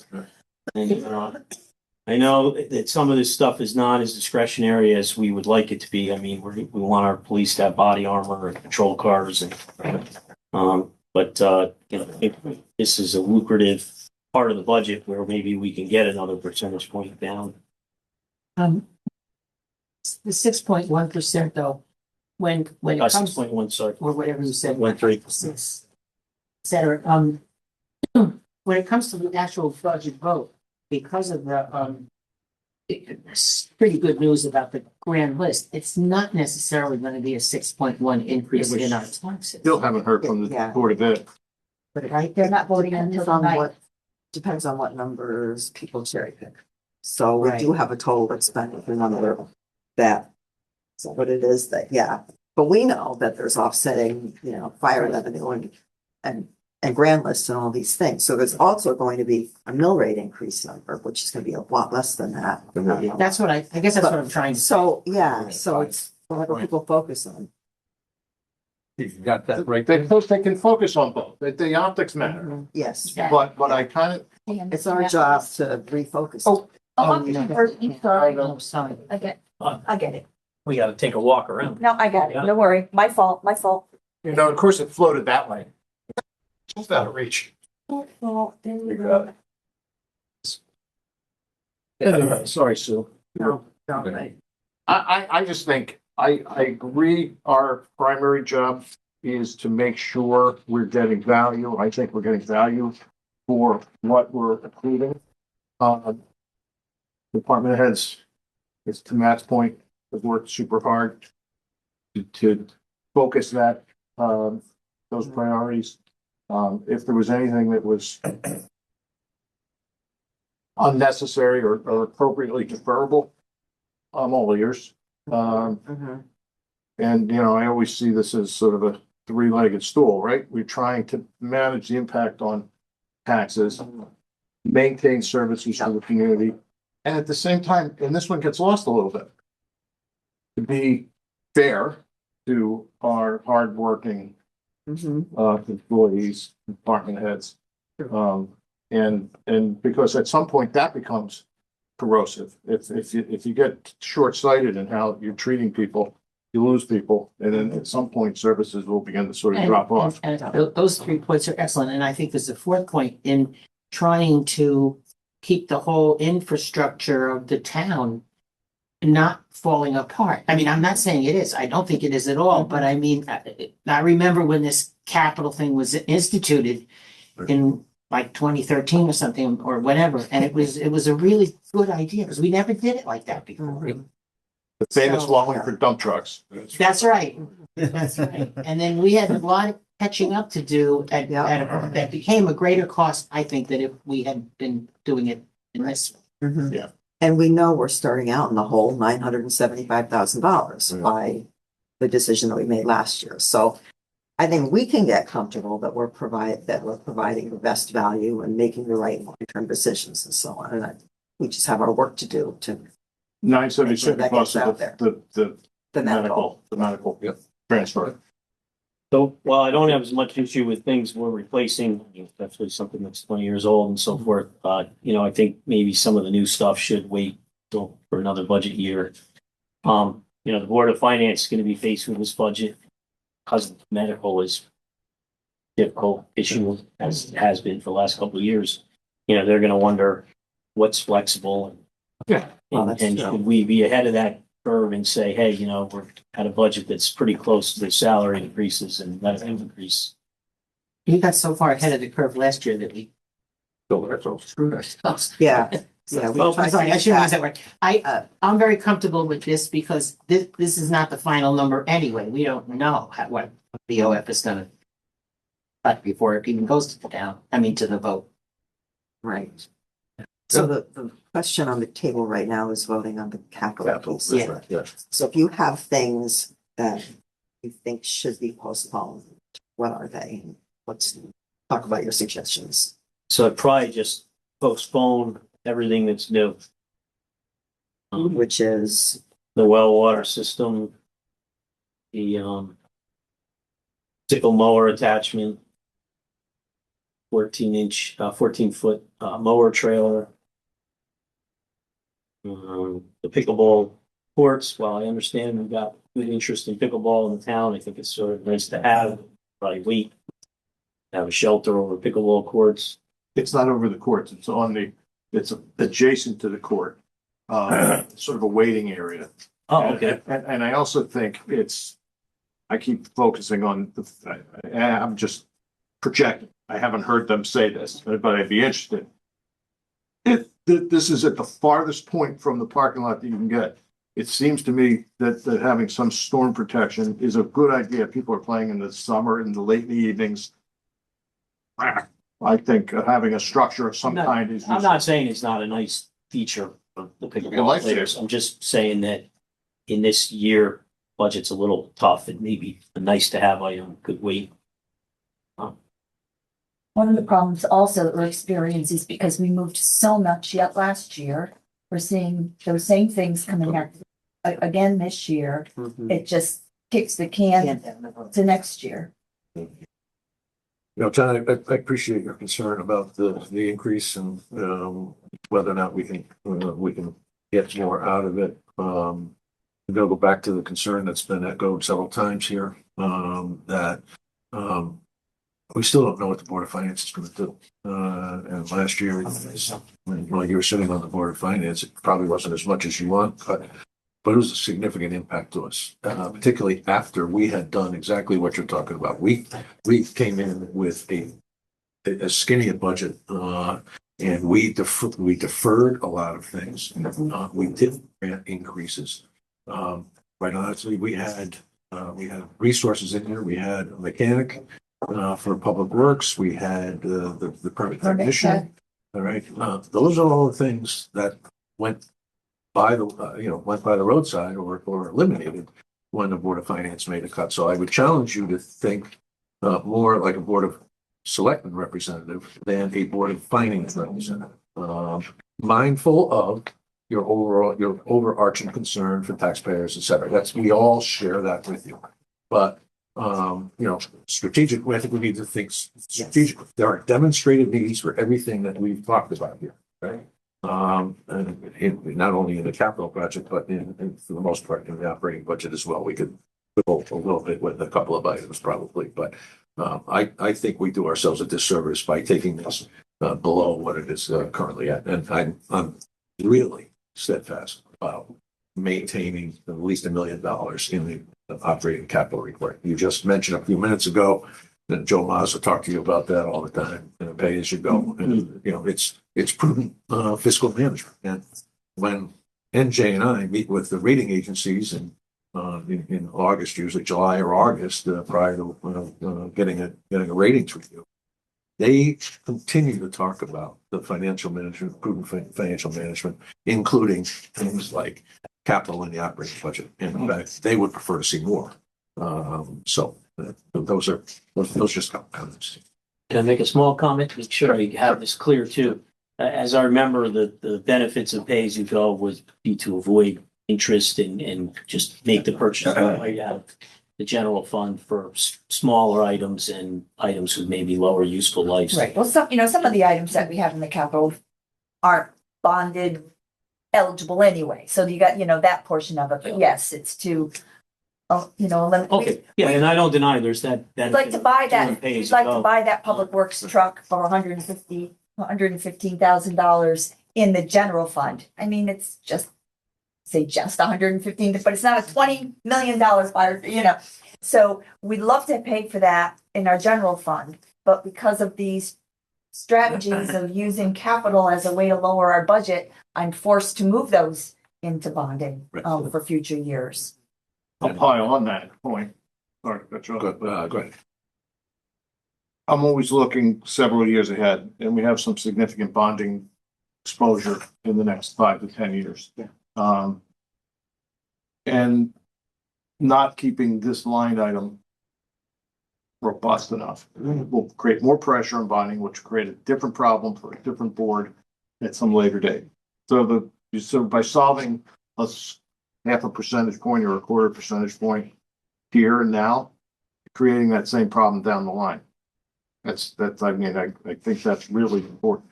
Bear in mind. The last point I wanted to make relative to the our capital budgeting strategies that we've done over time. And Sue has been one of the biggest advocates for this. If it's not on the 5-year capital plan, it doesn't exist. Why isn't it? Where did this come from? And department heads can probably tell you how I tell them that all the time. You're putting together your capital plan, keep this in mind. But we are consistently given credit during those ratings reviews for having an active and viable 5-year capital plan, because this gives them a means of determining what our future obligations are going to be as well. Right, we have to answer why we went down instead of up. All right, any further on the capital and the operating budget? Hearing none, we try minds all in favor? Aye. Opposed? Abstained? Opposed? Okay. All right. Now we should go to the 5-year capital, because we've adopted the general fund capital budget, which is consistent with what you have on the overall 5-year capital plan. Any comments or questions on the 5-year capital, which obviously changed out years, fiscal year 28, 29, as Jay's explained, she's moved things out. So any comments? Is there a motion to approve? So moved. Is there a second? This is the plan. 5-year plan. No, this is a working document. I'm in favor of this. It's helpful. Comments? So we don't have Public Works building on here anymore. It is on it's on the 5-year. I'm not seeing it on the 5-year. This is not the 5-year. It's not? This is. That's just the actual operation. Oh, there's more. Okay. There's a second document, it's being. So this is. Bonding. It's public safety. Yes, the Okay. third one down from the very top. All right. So So there it is. the difference between these two is the bonding. No. No. But so the one you just approved was only general. Oh, fund. I see. Okay. This So one that's is this all piece of it other here. funding, Got it. all Oh. types of funding, Oh, including general okay. fund. And all we have is the operating budget for fiscal year 26, 27. Right. Oh, there it is. I was also, I know the dam is Shut probably me today. there, right, somewhere? Even though most of that's going to come from the state. Yeah, What's well, I thought we had to pay half of it. What's that? The The dam? dam. No more than that. Oh, we are? Yeah, that's we've got $6 million for that budget. So we don't, I'm sorry, I thought we had to pay 3 of the 6 now? No. So, We'll get to the front. Janice, What was our, overall cost and overall commitment from, for the Lake Quantapug Dam? I believe it's 3 or 3.5 million from the state. That's Yeah. that's the total construction cost estimate. Although we don't really have an estimate yet from our engineers. And it's on here somewhere, right? I don't, I don't know where. I don't see it. It was Jennifer? included in past budgets, Oh, I think, It was already I think it approved. was, yeah. Approved. Oh, okay. Yes, All right. yeah, probably last year, or the year before, so I think probably was in last year's.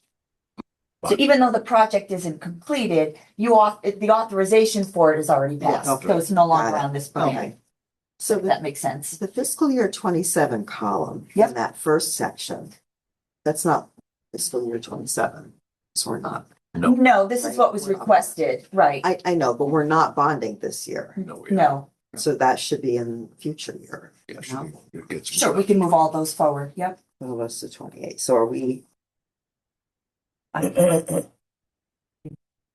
Sort of I can physically Almost do that on just my punch everything screen. into the next, Yeah. and make that next column look terrifying.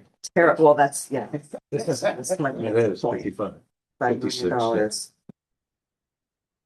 And remember, 50 of that is two projects, right? Yeah. Police headquarters and constructing and maintenance for DPW. Okay, moved. Just like That was that. easy. Well, just out of curiosity, since we're talking about it, in 2028, what's the 500,000 for town center improvements? Sure. We're right, two lines, two above the green line. It's in That's, there's engineering. That's Just- Janice, she Janice. can explain it. so we had the town center traffic study done and it had a number of recommendations for pedestrian improvements, roadway improvements.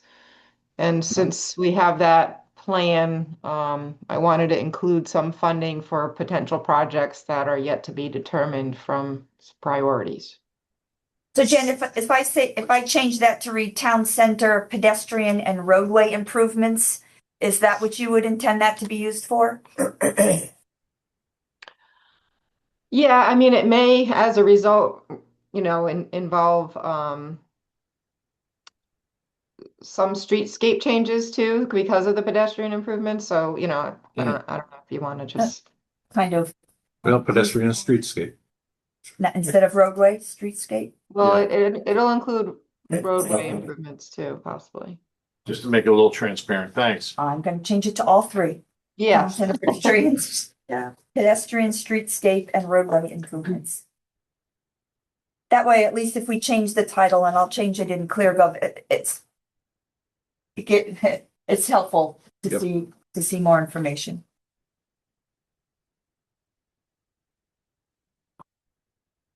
Just so everyone knows, I will be sharing, as I do every year, our capital improvement, 5-year capital improvement project with our state representatives to help us identify potential funding sources. And we've been pretty successful at that over the last several years. So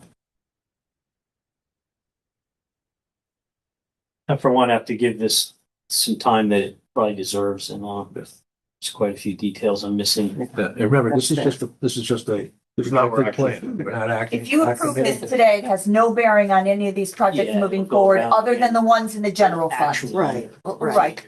And even, all of these projects have to meet all of our purchasing rules. You'll see that they have to come to you for approval to do the purchases and the work, so,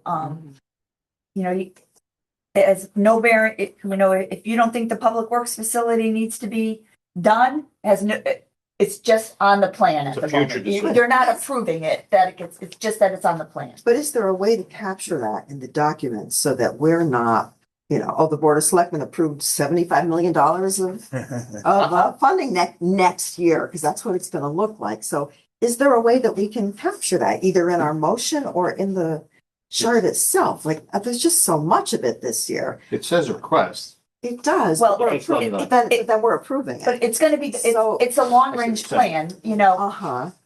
it's the 5-year capital plan, it's I- not a goals. I get that, but when we vote on it, what are we voting to do?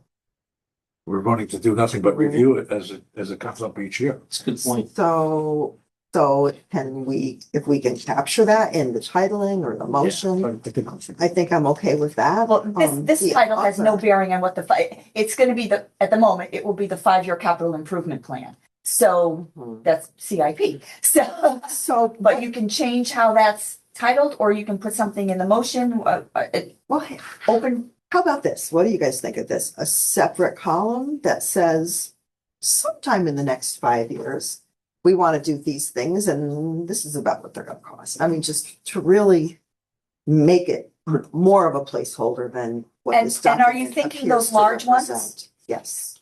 How about Yes. instead of a column, how about if we make, I have them all under bonding. Mhm. How about if we make them pending? I was gonna say projections. Right, a separate, a separate funding source, so to speak, instead of bonding and you're approving the bonding.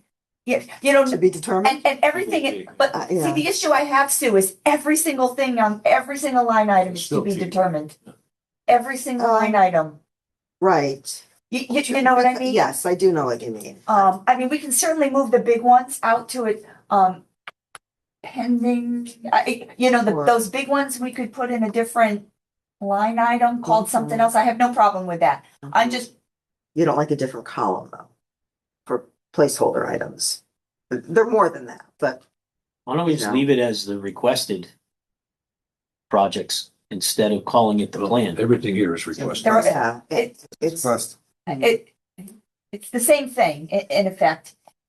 A 5-year capital improvement plan, maybe out in the street, isn't as known, but in the world of funding, corporate or municipal, it's a plan.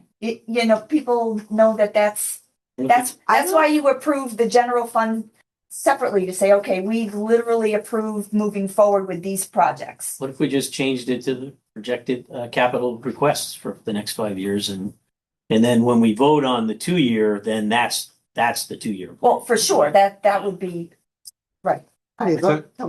Potential future projects for reconsideration.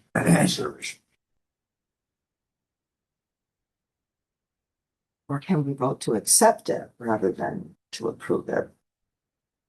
That's gets to the point. That gets to the crux of the matter. Yeah, that really is it. And you can put that to accept it as the Splitting hairs, 5-year. accept, approve. I don't think it is at all splitting hairs. No, I think that once we say we're approving it, then if somebody comes up to you on the street and says $19,908,666 for the police building, what is that? What, you've approved that at that point. Right. You voted to approve it. Even though I know so many steps it has to go through, but that's why I don't think that's why I think accept is different than approve. Maybe that's silly, but I can find that. And then change the title on the document itself to include potential or yeah. So, I like that idea too. possible. Mhm, Recommendations, all sorts of things. yeah. See whether. I can make it 2 lines. I can just have, 5-year capital improvement plan, potential future projects or something. Sure. Yeah. Good. And then we accept it as a tentative plan for future projects, Yes. Yeah. Okay. Yeah. Is there a motion to accept a plan known as the 5-year capital improvement plan for potential future projects? I'll make the motion. Second. Sue seconded. I'll second it. Any further comments? You should, I should say it. Any future comments or questions? I think I oppose. I think there's too many on there that I'm concerned about, and Well, this is about You're not transparency. approving anything. I think That's the whole point. what Sue is driving to is transparency, and I know that's a. just to leave them on there and. Yeah, these are the things that we may be facing. These are the things that we are facing. The problem is, And I think you're. All right, let me Mr. Holden abstain. accused us of I'm not trying doing to understand, I feel like there's some I've got some issues with some of them already. So, yeah, so the problem is, once you take them, if you take them off, Mhm. then 2 years from now, The pig. Sue's gonna say, how come it's not on your 5-year plan? And I'm picking on her, but she knows why, because and it's a great question that she asks. But you know what I mean? Maybe, And this is, we want this to capture everything anybody's even got in mind for possibly the and next. keep in mind, Yeah. So that we know the whole. keep in mind, a few years ago, we didn't even put these We big didn't put projects them on. You on. guys Yeah. added them You'll so look that they would Yeah. be seen, Less of Yeah. a surprise. Less of a surprise. you know? But, you know, so it was a conscious decision to say, hey, don't forget, we got these big things coming down the pike. Gradually You know, introducing this public works building for at least 5 years, which is, I think, Yeah. a good thing. And now we're sort of You know. dropped it. Normalizing. With the police, thing, Yeah. which, For me, what bothers me is the word plan. Like if it just said requests or wish list, that would jive with what I think we're looking at. We're looking at well, what, that's why we changed it for what's asked, future, the ask is here. that's why we changed it for Not the plan. 5-year and capital improvement plan for potential future projects. That's an effort. All I right. mean, that's what we. And the rating agencies are gonna ask, where's your capital improvement plan? It's always the state of Connecticut. Yeah, that's, I said, State of Connecticut's asked that ask too. for it, yeah. For certain projects, you're gonna need that. We provide this, yeah. Would it help to, I mean, there's no reason we have to approve the 5-year thing today, right? It doesn't impact the upcoming budget at all. Would you like to have more time to? Well, I Yeah, mean, what if about it's just these? a wish list, then yeah, I accept the wish list now. If you substitute the word plan, projects, if you substitute the word projects Yeah, for plan, maybe that yeah. addresses your concern. I'm gonna take this opportunity to repeat what I said once before. CCM has the workshop that is absolutely so useful to kind of get a longer term perspective on some of the planning that this board does and similar boards across the state. When it comes up, I just so deeply encourage you to find the time to get up there. Are you guys getting any of the notifications from CCM on events and so forth? I think you get that. I think so, yeah. But this thing is dynamite. And anyway, it's a quick aside. Okay. All right, I think we have a motion on the floor. Yeah, so as I'm changing this, of course, you've already approved some of it. So I've got 5-year capital improvement plan, including potential future projects. Sure. Is that okay? I'm good with it. Sure. Getting close enough, I guess. Well, some of them you really actually Getting hungry. approve. That's all I'm saying. And we're accepting that rather than approving anything. We're Yes. accepting the report of our department heads. I mean, the public's been looking at this for more than 10 years. Call the I question. don't know that we, yeah. All right, here. That, all my questions. All right, let me call the question. All in favor? Aye. Opposed? Abstain? Abstain. Abstain. Accepted. There we go. All right, let's go to the easy one, the revenue. Yeah. All right, so, I want to talk for a minute about your assumptions relative to the state of Connecticut, please, my assumptions, on the revenue side. yeah, so budgeted the same as this year because we do not have, maybe as we move forward, if we get some, we sometimes get some intel, things going on. At last week's cost meeting, which I was, annual cost meeting, which I was not able to attend because we had a budget workshop that day. The respective legislative leaders from both the House and the Senate, and also in a bipartisan fashion, said that municipalities will at least be held harmless as it relates to funding. And it was echoed by both sides of the aisle. So Well, that's what my budget represents. Of course, is a net negative in terms of inflation, but still appreciated by all the work that happens by our folks up in Hartford. Yeah, CCM will continue and I can share with you legislative priorities, although you might have gotten that already. Because I think they shared the legislative priorities last week or the week before, so I'll check your email or I'll see if I can find it. Or now functioning email. Yeah. Can I just ask what the municipal stabilization grant is? That's what it sounds like. bucket of money that they didn't know how to call anything else. Holding us harmless from other cuts Oh, that they've made, Okay. stabilizing what we're getting. So like, ECS for instance, like what, ECS is a great example. It's supposed to fund a certain amount, but they always find a reason to do a smaller amount. This is kind of a catch-up. Yeah. Non-designated amount. I have another document that kind of Okay. explains all of those and share that. It's just confusing. I hear you say that's what it says, but it says that and it says nothing at the same time. I'm all for the questions on this because I'm not familiar with it and seems like an interesting item for sure. Let me see if I can find my document later. It's municipal stabilization. Yeah. So if they did that to the tune of what they cut, wouldn't that make the cut moot?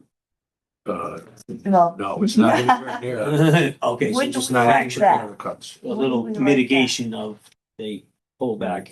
I think some of you have heard this, but I actually have a spreadsheet somewhere. I know Mike Ailes is continuing to cover it, but 25 years ago, the state provided 12 to 13% of the school's operating budget in the form of the ECS grant. That number's now down to less than 2%. So, and that's down not just as a percent of our budget. It's real dollars. We used to get 3.5 million on the ECS. I think we're down to somewhere around This is 1.5. 1.5. So it has been significantly eroded, and that 496 doesn't even get us close to getting back. There is a movement to look at what they call the foundation grants with the ECS, which is the base cost for educating a student. That has not been adjusted in 8 or 10 years. The likelihood of that happening this budget cycle is from the movie Fat Chance. Because this is the second year of the biennium, and I don't think they're going to be utilizing any of the funds that they authorized the governor to use to provide towns like Guilford with additional funding.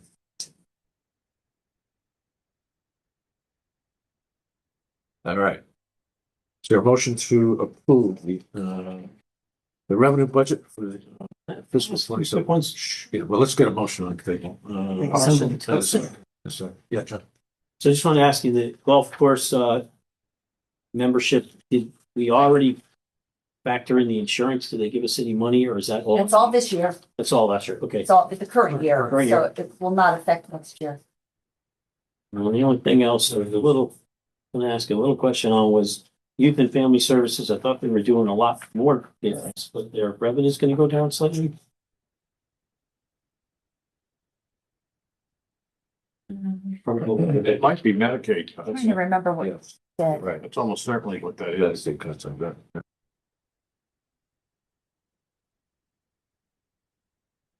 Okay, so not really their fees for the value. It's This is all insurance. Yeah, it's not our fees. Okay. That was it. Sorry. All right. Anybody else? All right, we have a motion on the table.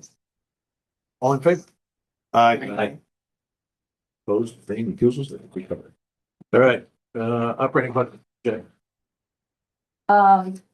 So as I stated earlier, everything in yellow are things that you've already, done. Just, say again that the Human Services has allocated the $6,000 cut that you've made. You're not seeing it here because I just got it in an email this morning. Good. But I do have actual figures for there. A couple things in purple are things that we kind of said, oh, maybe we can, look into again, but otherwise, this is where I am. And that number you just approved for the capital is incorporated into this document. All right, for purple, we only have talking advertising public notice for zoning board of appeals, 7,400. They're 8,700 for the office supplies, tax collectors, and that was for the The voice yeah. thing. That was only a portion of that, That's only not the a whole, portion. right. Mhm. Then the office supplies and the Board of Assessment Appeals, their office equipment, what is it? I don't recall specifically what that's for. So out of roughly $3 million, and just jump to the end here, roughly a $3 million increase, 1.5 million is directly attributable to medical, if I'm understanding it correctly. We're going up 689,000, and we are taking well, maybe it doesn't count on the spending side. We're taking a reduction in on revenue. We had an offset. So that doesn't affect the Doesn't affect the 3 million here. Expenses and revenue are treated separately, correct? Even It's- though we yeah. think of them as okay. Fine, it's the same topic, but it's, Municipal finance does not put them together, sorry. nonetheless, but there's a good point still to be made here. It's 20% of the $3 million increase is attributable to medical. Yeah. And that's assuming sort of things stay status quo. I mean, there could still be things that affect, medical environment out there, but we got a plan. Mitch, we had a couple of items in purple. Yep. Unemployment comp and then retirement sick leave. Those things we're gonna hold off till we get more We'd rather data. not move them unless we have to, maybe the Board of Finance. By that time, we may have more data. I'm not sure Yeah. we're comfortable making those moves right now, but we keep on the table as potential. I probably asked this question about our medical, from the medical before, but, the employees pay 20% approximately, right, in this year going forward for contributions, right? Well, most of the employees do, yeah. Yep. And then those contributions are they like, they're upfront premium type of contribute? I mean, it's hard to say premium. We let them know, and But- we let them know before July 1st, based on the final numbers we get from our broker from Anthem. We go through it. We come up with what's called an allocated cost. Yep. And there's 3 different allocated costs, basically for a single person, 2-person, or family. And then we take 20% of that cost. Now, that's a guesstimate based on the fact we're self-insured. Okay. So, for some people, it's not gonna cost us that much. For others, it's gonna cost us a lot more. That's when we get to the stop loss issues, stuff like that. But that's how we allocate it. And then when they make a claim, do they have like a copay or to pay a percentage of the claim when it actually occurs, or? They have right now, everybody's on the town plan, not the Teamsters and not the firefighters on separate plans right now, but on the town plan, they all have a deductible. And the deductible is $2,000 for a single person and $4,000 for a family. We're helping towards that deductible as part of each contract, up to 50%. But yes, they have deductible, and then if they reach the deductible, they have no charge for their medical costs, but they do have charges for their prescriptions. The high deductible healthcare plan with a HSA. Okay, so they don't have like a 20% copay or? No, because remember, they're already paying that 20% of the allocation costs in, and they have the deductible. So instead of paying $20 a visit, they have to pay the first $2,000 or $4,000 of their total costs. It's the difference between a point of service plan and a high deductible plan. The old plans had that 20%. Now there's just a flat deductible. And we had several years of significant savings when we first entered into this plan, but the new normal is now rising along with all other. Yeah, and the Board of Ed took a flat deduction from their contribution the first year their HSA went in. They took it on their own, just on their side. So helps me justify my cut this year.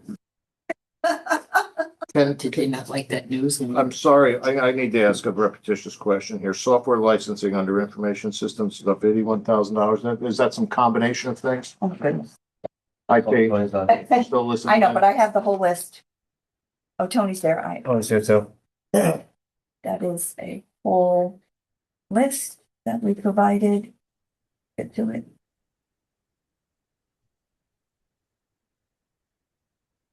I could speak on that one if you want me I have to. it on my desk. It's gotta be an assortment of things. Oh, it's a ton of things. I'm just bringing it up. Office 365 is the big figure. Wow. Yeah. So which specific line item are you? It looking at? is, I don't know, it's a number, it's in I don't information. need the number. What's it? 81,000 increase. Oh, okay. Yeah, so, that includes everything from the financial software to your onboard to, Energov, everything that all the other departments use. It's a whole list here. Microsoft 365 is $58,000 of that increase. Zen City is 22,000 of that increase. Last year we approved near map for the assessor. That's now in here. Our everything from Tyler and from Munis to Evergov and all the quality data, they all go up every year. I mean, I can print you another copy of this. There's probably 2 or 3 dozen lines. Yeah, no, I got it. Hey, MJ, I could throw in Yeah, some. okay, go ahead. I'm sorry, Tony. No, I wanted you to finish. So Matt, I'm working on, we still have that 2-year licensing with Connecticut Comp for our exchange licensing. That possibly will be going away since we moved to Office 365.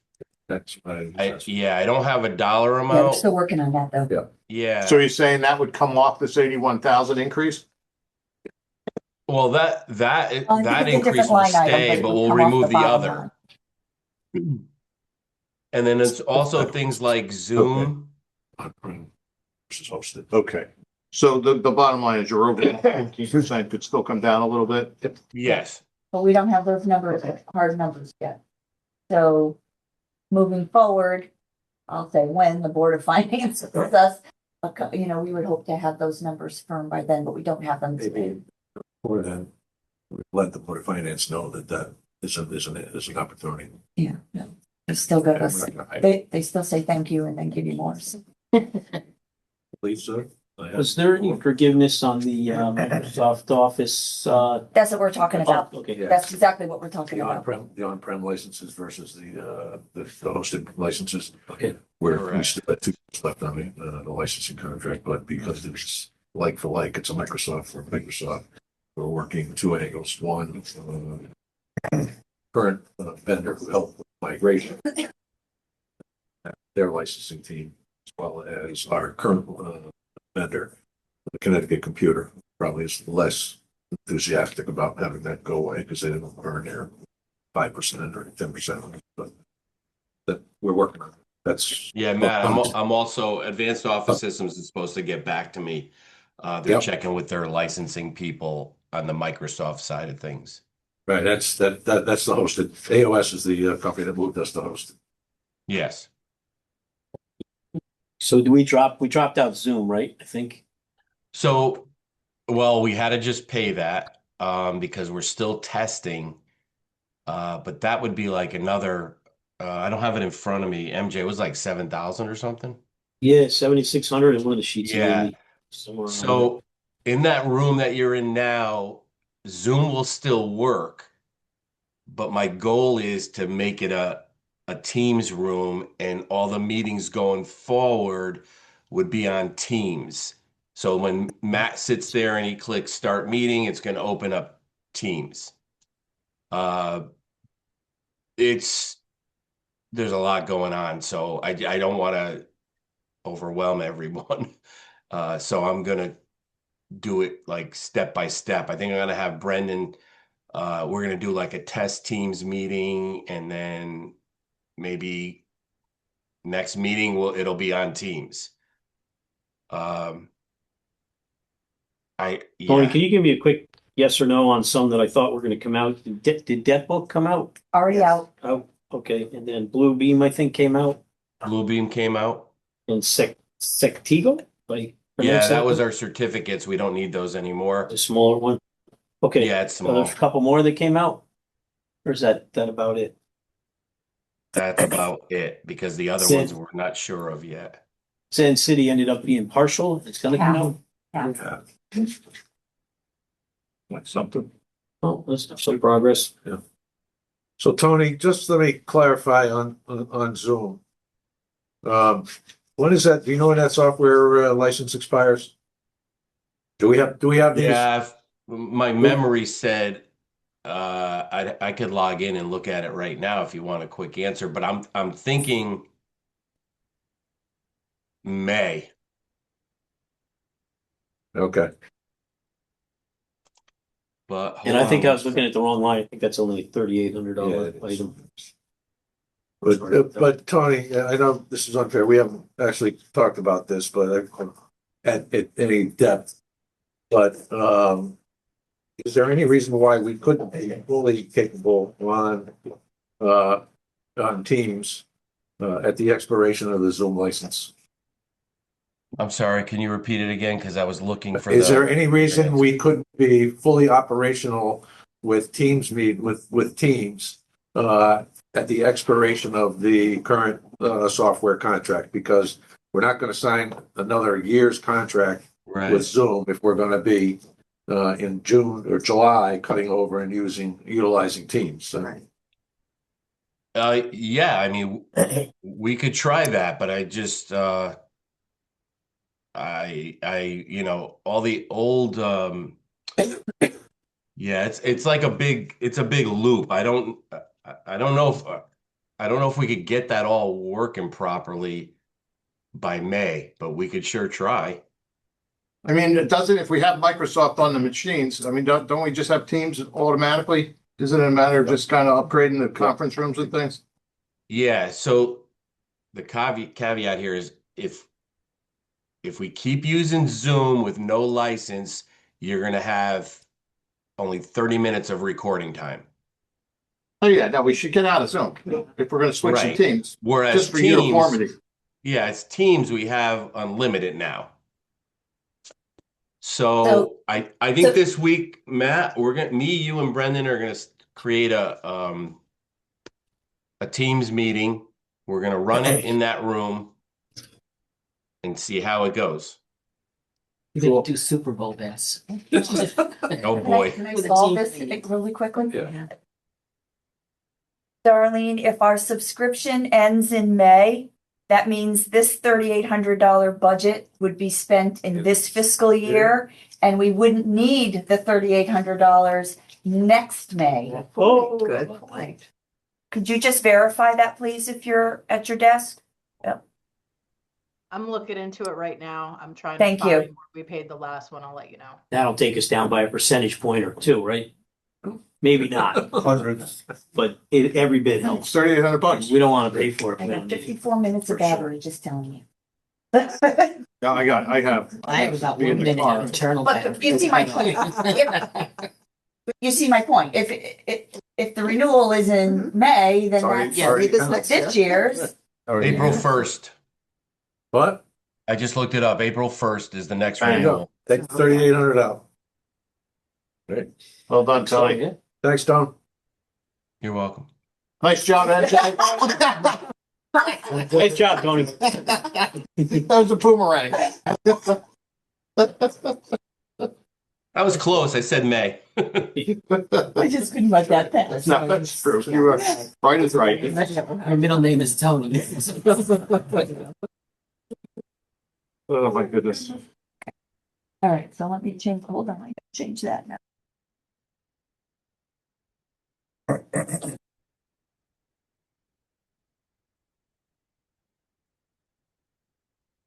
While she's doing that, next week, the evening of the 12th is the presentation to the Board of Finance. You'd like us to be there. Yeah, I would love your Yes. support there. And I had written Go in ahead, here Wayne. an 8:30 meeting on the 12th. Is there some kind of town meeting or something? Yes, there is. We scheduled something for that morning. I can't remember what. It was a town meeting for an, Ordinance. Right? Can that be Yeah, done on was it- Zoom? No, it can't be, right? Oh, it can be done. Okay. I think that was just a quick thing. right? yeah, was that the, Hold on. And I want to make sure I knew the medical one with Joe Sturgeon, is that right? Yeah, On the 12th? version 12. That's what he's- What That's time? that's the evening. 7 o'clock, the Board of Finance meeting will start at 7 o'clock, and the first item on the agenda will be the presentation. That's 7 PM. and where- Yes. Where's the location? But then It will be at the community center in their normal meeting room.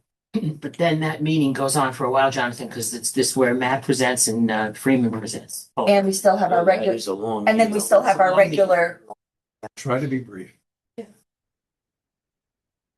You are not the problem. let's not go there. All right, so what did I just hear? Our presentation can't be any more than 15. Matt was not she said Matt was not the problem. I know. Yeah. We tease him all the I time, he think it knows. might be someone who asked for the same question again. People. Thinking of our. That was what I I think I'm afraid of the other significant portions of the budget. Being recorded, guys. Don't forget. I know, I know we We're are. being Get the recorded. punch. Okay. We love everybody. So I'm down to, Okay. And then the 7th. And what's your new number? so total town budget with capital. 51,132,844. 6.15%. I'm not sure that changed anything. 6.15? Yeah. Went down by 100. Okay, all right. Just trying to remember what it was. that's a the 8.6. Oh, it was 1.6, okay. I knew it was. Oh, 1.6. Yep, went right down. Does that include debt too? Yes, that's everything. That's the whole. That includes everything The Board of Ed. but the Board of Ed. And on debt, I'm just gonna let you know, in order to bring this down, not sure if you saw, Yeah, I used credits to balance that debt, so I used up even another 200,000 credits, of which You said the other day you didn't want to use it. I don't, but I had it's there. one other item. Yep. So let me ask you one thing too. Oh, you want to go first? You got it. Are they slightly more valuable if we use them now than later? Given the Shake down. cost of money? No, other than it's just harder for me to Keep it go year close, to, keep it It's not the smooth. right thinking there. yeah. But I had to do what I had to do. One other item I just wanted to revisit. Public Works overtime was $52,000. And if somebody, what was that? Is it not? Yeah, was that? No, what's the? Dave is still online. If you want to ask him a question, Dave, are you there? Yep, I'm here. So Dave, you have a $52,000 increase in your overtime line? Yeah, we cut You cut last year. $50,000 out of their budget last year. And what are you at now? 90%? Oh, yeah, at least. And then the way this winter's going, if this is any prediction for next year. So that's the kind of thing though, right? So weekend work, multiple storms, that consumes overtime? Yes, if we have trees, a lot of trees that go down in town, sweeping before parades, we have to come in for that. Which, what do we have? It feels like we have one every weekend in Guilford when the summer starts. It's rough. Of course, it's been all weekends. I think of you when I see those weather forecasts. Overtime is overdrawn by $31,000 already. Yeah. Okay. Yeah, I think I didn't harp on it because they experience a lot of overtime. Yeah, we went from $109,000 budget in 25 down to 48 this year. There's no way we were gonna. He's requesting 100. And we rolled the dice, took chances. Yep. We had to make cuts somewhere. Okay, doke. Thank you. Thanks. And thanks Yep. for everything out there. Streets are great. Thank Yeah, you. better than some other towns Yes. that I have to drive through. Thank you. Okay. Are we there? No, man. Up to you. All right, is there a motion to approve the town operating budget, which includes, it shows the amount of $51,132,844? Am I right?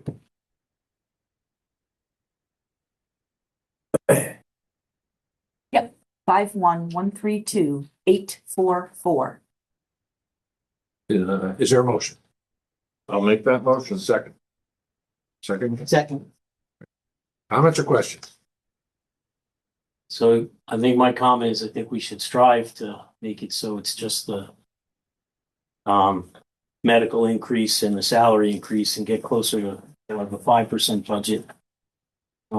Do you have But- suggestions? I did, but some of them were shot down and then, In order to accomplish that goal that you just mentioned, I think it would be better instead of four of us voting in favor of it, and then you abstaining or voting against it. Let's hear what you got so that we can all learn and make the best collective decision. I'll just say in my calculations here, if we want, I do, if you want to come down to 5%, you need to cut $553,629. sure.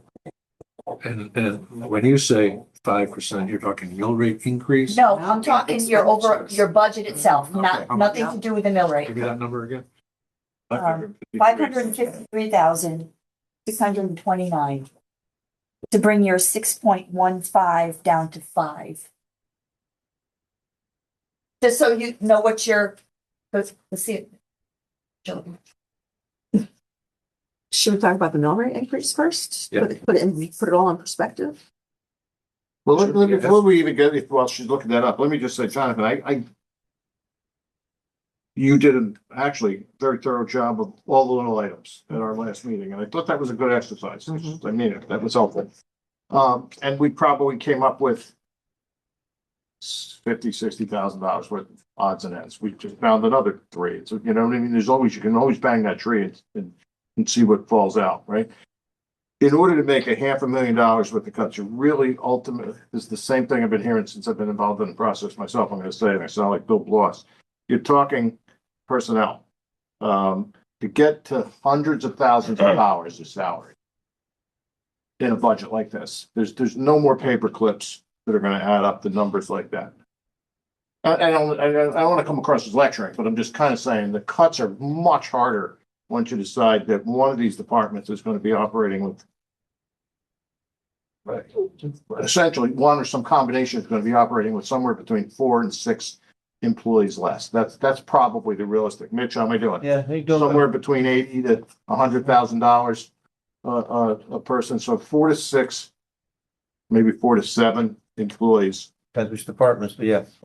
is what we're talking. I'm not saying it's a bad goal. 5% would be nice, and people kind of expect to hear that from us. I will leave the floor to you. Well, I'm not fond of the permit tech or the Tyler software that was created to make the permits easier. I don't know what benefits is there, maybe 150,000. I would just prefer that we make our code easier and reduce the number of permits. And it was kind of an odd question that I asked. I asked how much the permits were, how many permits were coming in. It didn't seem like there was a huge amount increase, but maybe my question wasn't specific, and I'll admit my memory fails me sometimes. It might have been the health department telling me how many, or not necessarily that department. I don't see the support for that, but that's 150,000. And then, of course, the operating capital budget, I would probably forego anything that was new. And I think there's another 300 or more there.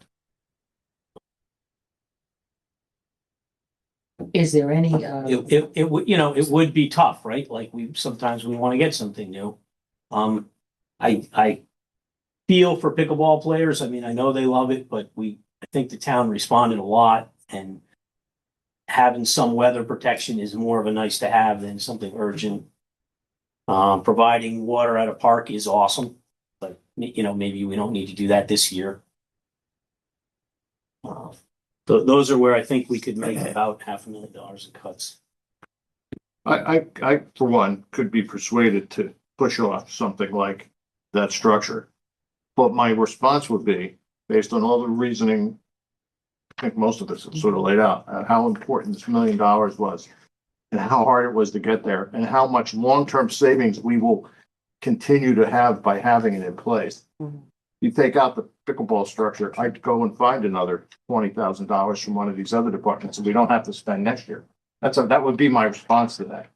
Now, the other thing, I have gotten more complaints. Sorry, everybody, Town Hall South or now the new building north. More complaints about building and zoning from builders and homeowners frustrated with the process being bogged down.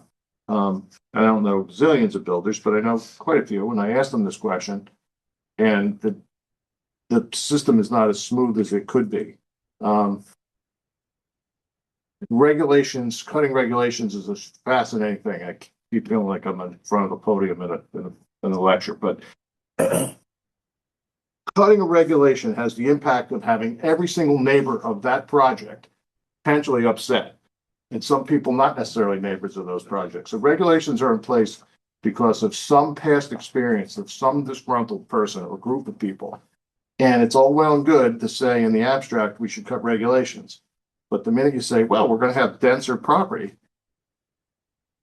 and there's a lot of people who would run to the pitchforks. And I happen to be one of those people that would say, in many, many cases, in a town like this, we should consider locations where we could have denser housing. Because I don't think you solve housing affordability without some more density. But boy, will it have an impact, and will people be upset? And having more construction is going to have more activity at this building and zoning department.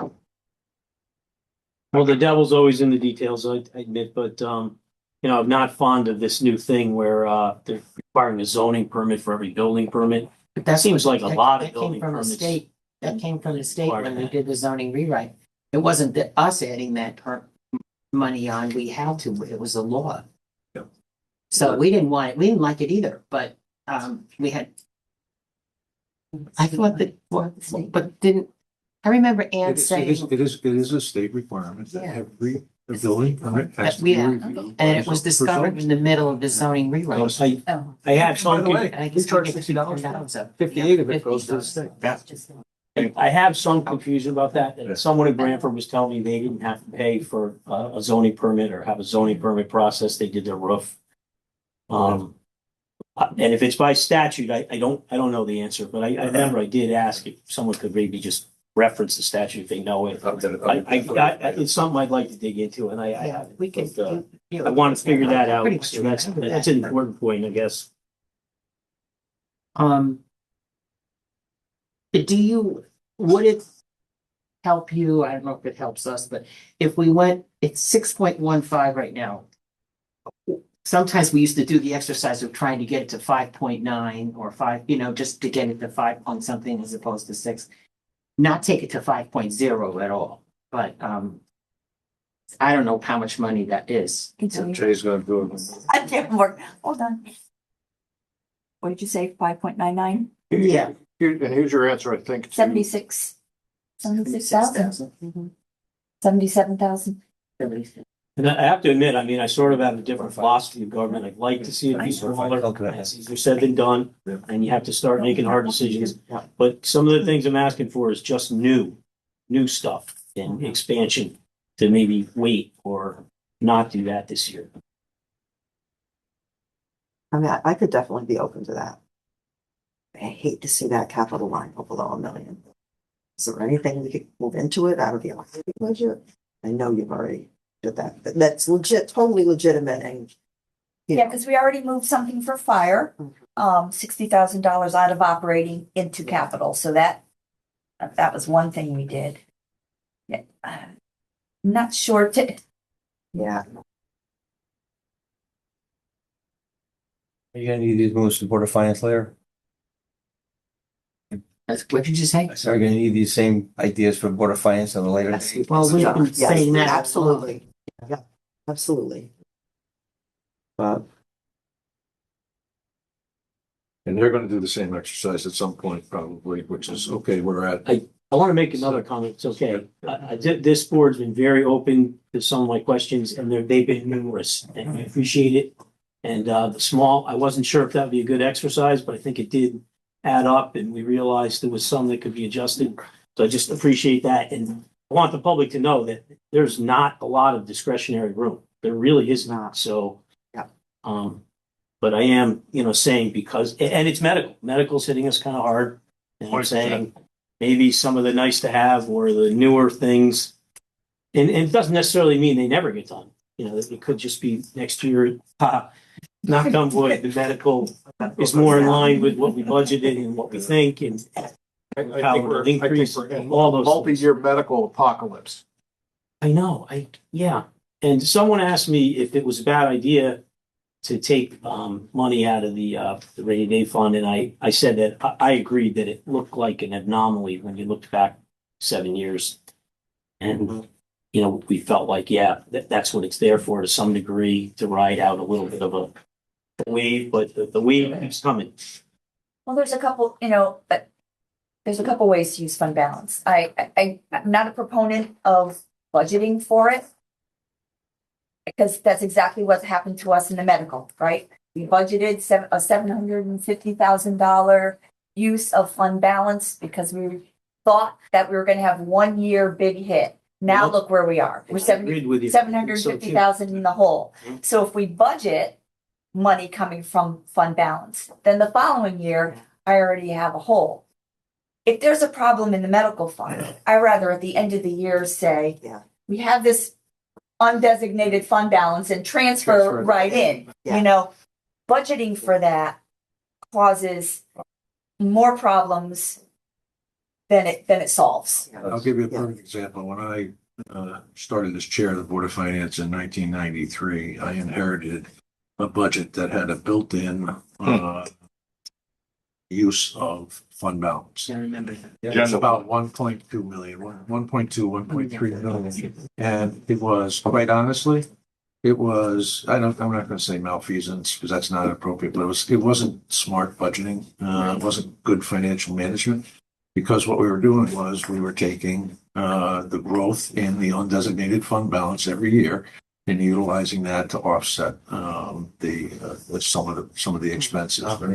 Largely because they were not budgeting for supplemental automobile taxes. It was something the finance director had done because it's not known. You don't have to, right? But it's not known. That caught us 1 year when our fund balance went down to about 3%. And that's when we stopped it, which was only a couple of years later. So, and we have had a significant improvement in the way we manage things. And Mitch remembers this. It goes back to when I first started here. But I started in 2008. It was right around that time, 2008, 2010 time period, when finally took that built-in out of the budget, which I think was, as you just said, not the wise thing to do. All right. Is it possible that with the medical insurance, obviously it's not going to happen this budget cycle, but next contract negotiation, that there should be some kind of co-payment or percentage that the employees pay? Because I know that when I'm going to go to the doctor, I think I have to pay 2080. Right. And sometimes I'm like, I'm going to end up paying $60. Do I just have a cold, or do I have a sinus infection? And maybe I wait a couple of days and the cold clears. But we do that A little now bit with of our- incentive to say, maybe you don't have to go to the doctor every time, But I manage my, That's I manage the- my health insurance the same exact way with our current. Instead of paying 20%, I'm paying 100%. So you got upfront until I've spent $4,000. I make those same things. I have $4,000 sitting in the bank. Oh, as a for the town- deductible. Right? Yeah. Town gives me $2,000. That's found money if I don't go to the doctor. That was So I'm thinking, point of HSA. right, that's actually the reason HSAs went into, I can remember going to the first meetings about towns doing HSAs, and it was like, oh my God, it was huge. But that's what it's meant to do. It's meant to have you think, I got money sitting in the bank. Do I really go to the Right, emergency right. room? Or can I see my Can I doctor wait till tomorrow? Monday? Sure. Right, exactly. Right. So regardless of what type of plan, Jonathan, our employees are making those decisions already. That's the advantage of an HSA plan. Correct. It engages people in their own Right. upfront, a Mhm. much better way. Well, I'd like to call a question. I'm back to that. I mean, question. Yeah, we have a question on the table. Right? Okay. Who at 51 on 132 844. And ready to call it. Never try to get something we can all get behind. Yeah. I don't know if we can get there. I don't know if we can get there. So I don't know how we could ever get to what Jonathan and his 5.0. Well, can I put, I don't know procedurally if I can do this when there's a motion on the table, but can we talk about the mill rate first? Maybe we'll see, maybe a 5% expenditure increase. Maybe we don't need to get there if we look at the mill rate. Mill rate is currently at what, 5? Well, if Mine gets updated immediately. 5.57, and what did it drop down? Same, it didn't, It did drop. we only took out $3,000 or something like that. And let's just for. If you wanted that to be 5, you need to find 652,492 because this includes the Board of Ed. 5%. To get down to 5% increase. But we don't including know the what current- they're gonna do. We don't know what the Board of Ed has done, but at the moment you would, in total, between the town and the Board of Ed, you would need to find $652,492 to bring the mill rate increase down to 5%. Right now it's 5.57, you Yes. said? Does that help you, Sue? Question. So let's frame this a little bit different. And Jay, help me with this if I'm close anyway. We have cut $1.5 million out of the requests that came from our department heads. So the people that we trust to run the departments and deliver the services that our community and our residents and our taxpayers have come to expect as part of the quality of life that they have in this community. Now, we've always, in deference to those who can't afford any tax increase every year, but always cognizant of the impact that these kind of increases have. So, Board of Education hasn't cut a dime yet from their department level budget. They haven't cut any. Superintendent. So I think us trying to get to a mill rate number by ourselves is a fool's errand. It is. And it's been proven. We proved it last year. We did exactly that, try to get to a number that was going to be sexy enough for the Board of Finance to accept. We failed in communicating the need. I did. And I arbitrated for it as well, So, and again, difference between 6.15 and then 5.99, I think it's inconsequential. Most That's people fine. would notice the difference on their tax bill. I don't. It's a rounding error. I withdraw it. Thank Suggestion. you. Okay. I just wanted to put that context out there. And I will read it once again. It is not the town government's responsibility to drive this increase to a place that may not be met with equal commitments or sacrifices at the Board of Education side. I'm a huge advocate for the Board of Education and the school systems, but I just think the town government should not suffer needlessly. So just so I totally understand what you just said. So, but on next, when we're at that meeting on the 12th, is it possible that the Board of Ed will come in at something less than the 9th? They have a vote on the 9th. Okay. They're meeting again To tonight. the wire.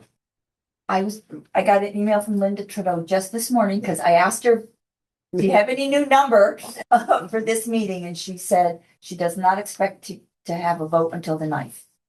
That's just what I was told. They may have a meeting tonight, but I don't believe they intend to vote until the 9th and to be prepared for the meeting on the 12th. Okay, so one of the reasons we decided to do this today was for posting notifications, right? How are we posting something for the Board of Education? We already have a plan in place. Darlene is, yep. Okay. Yep. So we may. We're going to plug and play that. Yep. Mm-hmm. We're all good.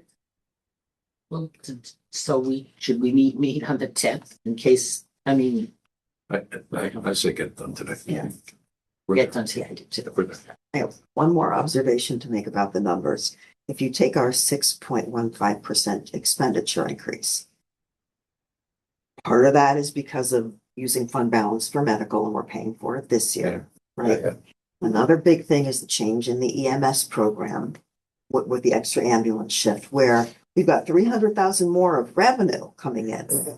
that's not factored in. Yeah, but you can't see that unless you. Right, so is there, Reconcile. can we look at this and maybe see what's left? Like, take out these two things and then what's left? And how close to 5% is it? And I think, Want me to change? might not be too bad.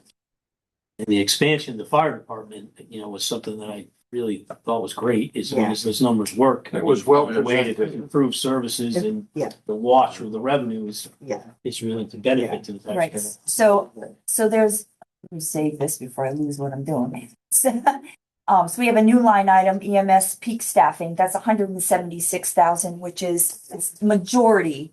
I know there's other money, other places, so that's the majority of that. I'm gonna make that 0 for now. And what was the other thing? So our portion. Yeah. I guess how much did it change the revenue, right? Yeah, but looking at just the expense. Oh, the percentage. Yeah, like what would Yeah. that 6.1 Another without it? So we wanna go, I'm gonna take 190 176. 190 out of the medical. Third of 5%.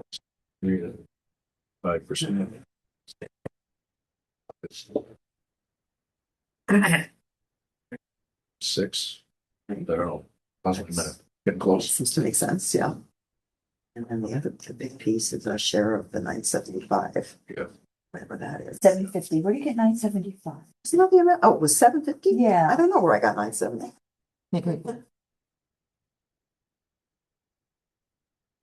Excuse me. Okay. Quick second. Oh, then I'm not gonna. Too much coffee this morning. A good number.